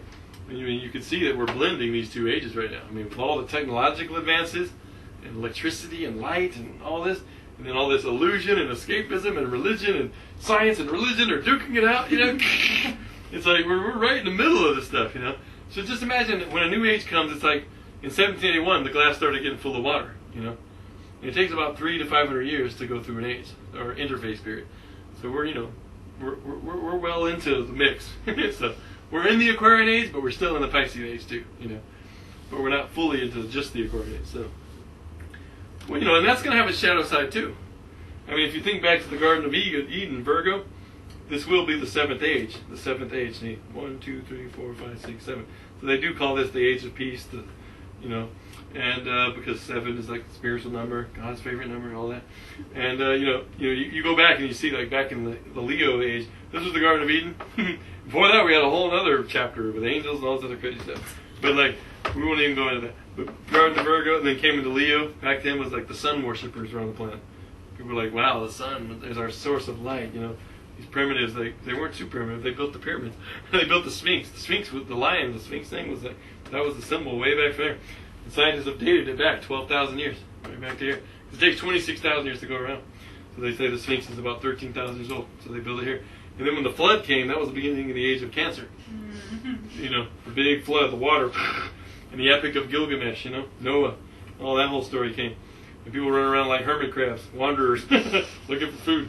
And then suddenly, boom, by the time Gemini came along, that was the Egypt, the two kingdoms, Lower and Upper Egypt, the two, and the invention of language, commerce, and trade, boats sailing all around, you know, there's a lot of commerce going on. And then, of course, the age of Taurus came, and that was the monument builders, you know. These guys got all crazy building pyramids and everything. And then, you know, so the Taurus was the age of the builder. You know, these giant monuments everywhere. And then suddenly Aries came, the warrior. And then, you know, back in this age, Taurus is the goddess. Taurus is the feminine. So the goddess was worshipped. If you go to Turkey, one of their major mountain ranges, it's called the Taurus Mountains. And there's the city of Tarsus. And all the archaeological discoveries around this time from, you know, the 2,000, 4,000, 6,000, so 4,000, 6,000 years ago, there's these little things, little clay goddess statues with little bellies. That was the main symbol. That was like people with crosses walking around, Jesus people. They had little goddesses with bellies, you know. That was that age. And then when the Aries age came, sort of like the matriarch slew the patriarch, or the patriarch took over the matriarch. And now it's trying to come for a rebalancing and actually it's not just the start of one new age when it hits this point. It's the start of 12 new ages. It's the new cycle. So when Jesus comes, that's when the big wisdom comes down. It's like, all right, I am the Alpha and the Omega. I am the beginning and the end. I'm here to bring down this wisdom. I know you don't understand, but I need to wash your feet, to bring in water on your damn feet, to bring in the lesson you say. And so, you know, in Aquarius, I'm going to be moving up to the ankles. Like, let me stroke your ankles, okay? A little ankle massage. Aquarius is the electromagnetic energy field. See, the Aries is the head, Taurus is the neck, Gemini is the hands and the neural system, Cancer is the stomach and the breast, and Leo's the heart and the spine, and then of course Virgo's the intestines, and Libra's the kidneys balancing the fluids, and Scorpio's the sexual organs, and Sagittarius is the thighs and the liver, and Capricorn is the knees and the skin and the teeth and the bones and all the hard structures, and then Sagittarius is also muscle too. And then you got your Aquarius is the ankles and the shins, but it's also the electromagnetic energy field around you. And then Pisces is the feet, the lowest, but it's also the spiritual energy field around you that pervades it all. It's like crown chakra, you know. So you can just wrap that right through the body and feel it. What age was like Lemuria? Like That was going on way back here. If you go back to this time back here, 26,000 years ago, that was Atlantis and Lemuria. Aquarius before. Yeah, that was that. And they screwed up. They went way technological, created that Tuwali crystal, and whole island went. So now we're coming back going, we're not here to repeat that karma. We got to get it right this time. So hopefully we'll go. Otherwise, we'll go back to being cavemen for a while. So Mercury, what's going on Mercury? Pick a sign, any sign. Scorpio. Ooh, Scorpio. Mind of the alchemist. What house? 7. 7? Okay. I'm like, wait, what house is Mercury? Let's do 7. Is your Mercury in Scorpio? Yeah, in the 6th. Okay. Okay, so yours in the 6th.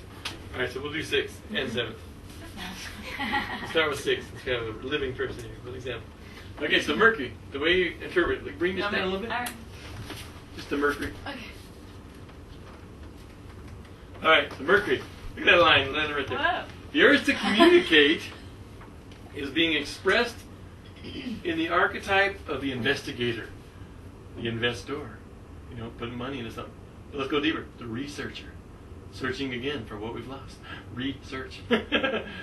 The alchemist, transforming the lead of the lower self into the gold of the higher self. The shaman, you know, who's able to take on the pain of the tribe. So you're mentally able to take on the pain of the tribe. And you're like walking around going like, why is my mind all screwed up? Because you just walk down the road and you feel everybody else's craziness. And you're like, you're supposed to go home and learn how to light a candle and get in the bath and go and let it all go, you know? Because you're the shaman. Mentally, you're the shaman because you have a deep mind. And it's a water sign. So your Mercury learns through absorption, right? Water is like feeling it. You can't just learn through knowing it. You have to feel it. You know what I mean? And so when I get to some of these diagrams I'm going to show you, you're going to be able to, I'm going to ask you to feel them instead of just know them. You're going to go, whoa, you're going to feel them. It's really cool. So you got Scorpio is about empowerment through surrender. That's the spiritual lesson. These are all the spiritual lessons of the sign. Just that. If you could just take these 12 lessons and learn them all, you'd be an enlightened being. Empowerment through surrender. Whenever someone's having a powerful Pluto transit, or you with your Mercury, you mentally need to do this. I always tell them the proverb or the line by Zen Master Suzuki, who says, "We don't need to learn how to let things go. We just need to recognize when they've already gone." So mentally, you need to do that. You know, we don't need to learn how to let things go. We just need to recognize when they're already gone. So it's in your 6th house. So the urge to communicate and acquire knowledge and express skill is being expressed in the archetype of the right here, the investigator, the researcher, the shaman, in the field of service and health, in the field of employment. So it says you need to use your brain power in your employment, like being a writer or a mailman or a communicator or whatever. Use your mental energy or use your hands. Mercury governs the hands. Mercury governs the expression of skill, whether it's intellect or it's with humor or mind or even with the hands. Because Mercury governs all that, the hands and arms. Let's say, okay, one way to use this, Mercury and Scorpio in the 6th is communicating intense information about change, Scorpio, in your work. So that would be a good job for you. Saying what people don't want to hear, but what they really need to hear. That could be your daily duties. Because the 6th house is your routine. So you should wake up and go start telling people what they don't need to hear, or what they really need to hear. Like communicator. Yeah. So, but with humility in it, because the 6th house is very Virgo. It's very humble. Look at this, the house of employment, skills, duties, training, diet, health, routines, and mentoring. So so you'd be a good mentor of the shamanic arts. I always say, where's my village? I'm the shaman. Yeah, exactly. That's what I'm saying. I mean, you got the sun in Scorpio too. Did you say? Yeah, you got a double focus there. Look at that. Yeah. So, the sun. Mercury has to be in the same sign as the sun, or the sign before or after. That's because from the Earth, right? When we look, Mercury goes around the sun like this. So it can't go very far. It has to be in the same sign, the sign before and the sign after, depending on where it's in its orbit. Venus has to be in the same sign, the sign after, Well, the sign after that, Venus can go that far because Venus is the next planet, So Venus and Mercury, everybody has an interesting thing. You could be in Aquarius with Mercury in Aquarius and Venus in Aquarius, then you're a true Aquarian. Or you could be let's just do Aquarius as an example, but apply this to all signs. So you got Mercury in Aquarius and Venus in Aquarius. You're really freaky, right? Even your love nature's in the sign of the rebel. But at the same time, you could have, what's the sign before Aquarius? Pisces, right? So you could have Mercury in Pisces, Venus in Pisces. What's the sign before Pisces? Oh, sorry. The sign before Aquarius, after Aquarius is Pisces. The sign before is Capricorn. And what's the sign before that? Sagittarius. And then the sign after Pisces, of course, is Aries. So you got a lot of different kind of Aquarians here, because this is your mind, and this is your heart, So it's like, well, the moon's your heart, but Venus is your aesthetic sensibility. Venus shows how you want to be loved, and what your sensual tastes are, like how you dress. Like me, look at me, I dress like a Sagittarius because I have Venus and Sagittarius. If I don't have pockets on the clothes, I don't even want them, So I got to have some Indiana Jones cargo pants or something, because we like loose-fitting athletic clothes because my Venus is in Sag. Now, when I meet someone Venus in Capricorn, they're like, "You don't know how to dress. You're wearing a red shirt with yellow shirt." It's like, yeah, I'm like a good kid, So I got Venus in Sag. So, see, I'm an Aquarius, but my Mercury's in Capricorn. I have the mind of a wise old man, but my Venus is in Sag, so I'm like a different kind of Aquarius. So there's other kinds of Aquarians. I've met Aquariuses with Mercury and Pisces, and their minds are way less organized than mine. They're more mystics, They feel their knowledge. And then I've seen Aquarians with Venus and Aries, and when they get in love, it's like a battle, especially a woman, because they're Venus, they're feminines in the sign of Aries. They're either lesbian or they're usually, just domination. Just real domineering. And so, but there's many different expressions of each sign based on your Mercury-Venus flow. And if Mercury is, say, on this side of the sun, like let's say the sun's in a chart, right? If you see Mercury here, that means Mercury is coming up, rising before the sun. That's called, let me see this little thing. That's called, see this little sheet here? It says Mercury, Prometheus, Epimetheus, Venus, Lightbearer, Hesperus. If Mercury is on this side of the sun coming up before, that's Mercury, Prometheus. That means Mercury is ahead of the sun, so it's Prometheus is about foresight. Mercury over here is Mercury, Epimetheus. That's Mercury behind the sun. So those people think more conservatively than these people. People with Mercury ahead of the sun, like me, we're more progressive minded. We're more like, the future! It doesn't mean that these guys are bad. It just means the conservative thinkers are more like people that will go, okay, let's study the field of knowledge that's out there and then build upon it, nice and slow and in a nice stage. People like me were like, I don't care what they wrote. I'm going to go create my own field, So people that have Mercury ahead of the sun are more like that. Venus people ahead of the sun is called Venus. The actual word is Venus Lucifer. I just put, but Lucifer means the bearer of light, because when Venus is ahead of the sun, she's the morning star, the bearer of light. She bears the sun up. Is the head going back towards the first house? No, ahead means ahead is like ahead of the sun, or behind the sun. So because when the sun comes up, it's what's in front of it. What's back here? Yeah, going back toward. But if it's over here, I guess it could say going back toward the first house. Whatever's in front of the sun, going back around. Because it's going counterclockwise. Right? Well, when the sun rises, what's going to come up before? Like when Christina was born that day, Chiron rose, and then Sirius rose, and then Venus rose. Okay. So her Venus is ahead of her sun. She's got Venus light bearer, but her Mercury is behind the sun. Her Mercury is Epimetheus. So,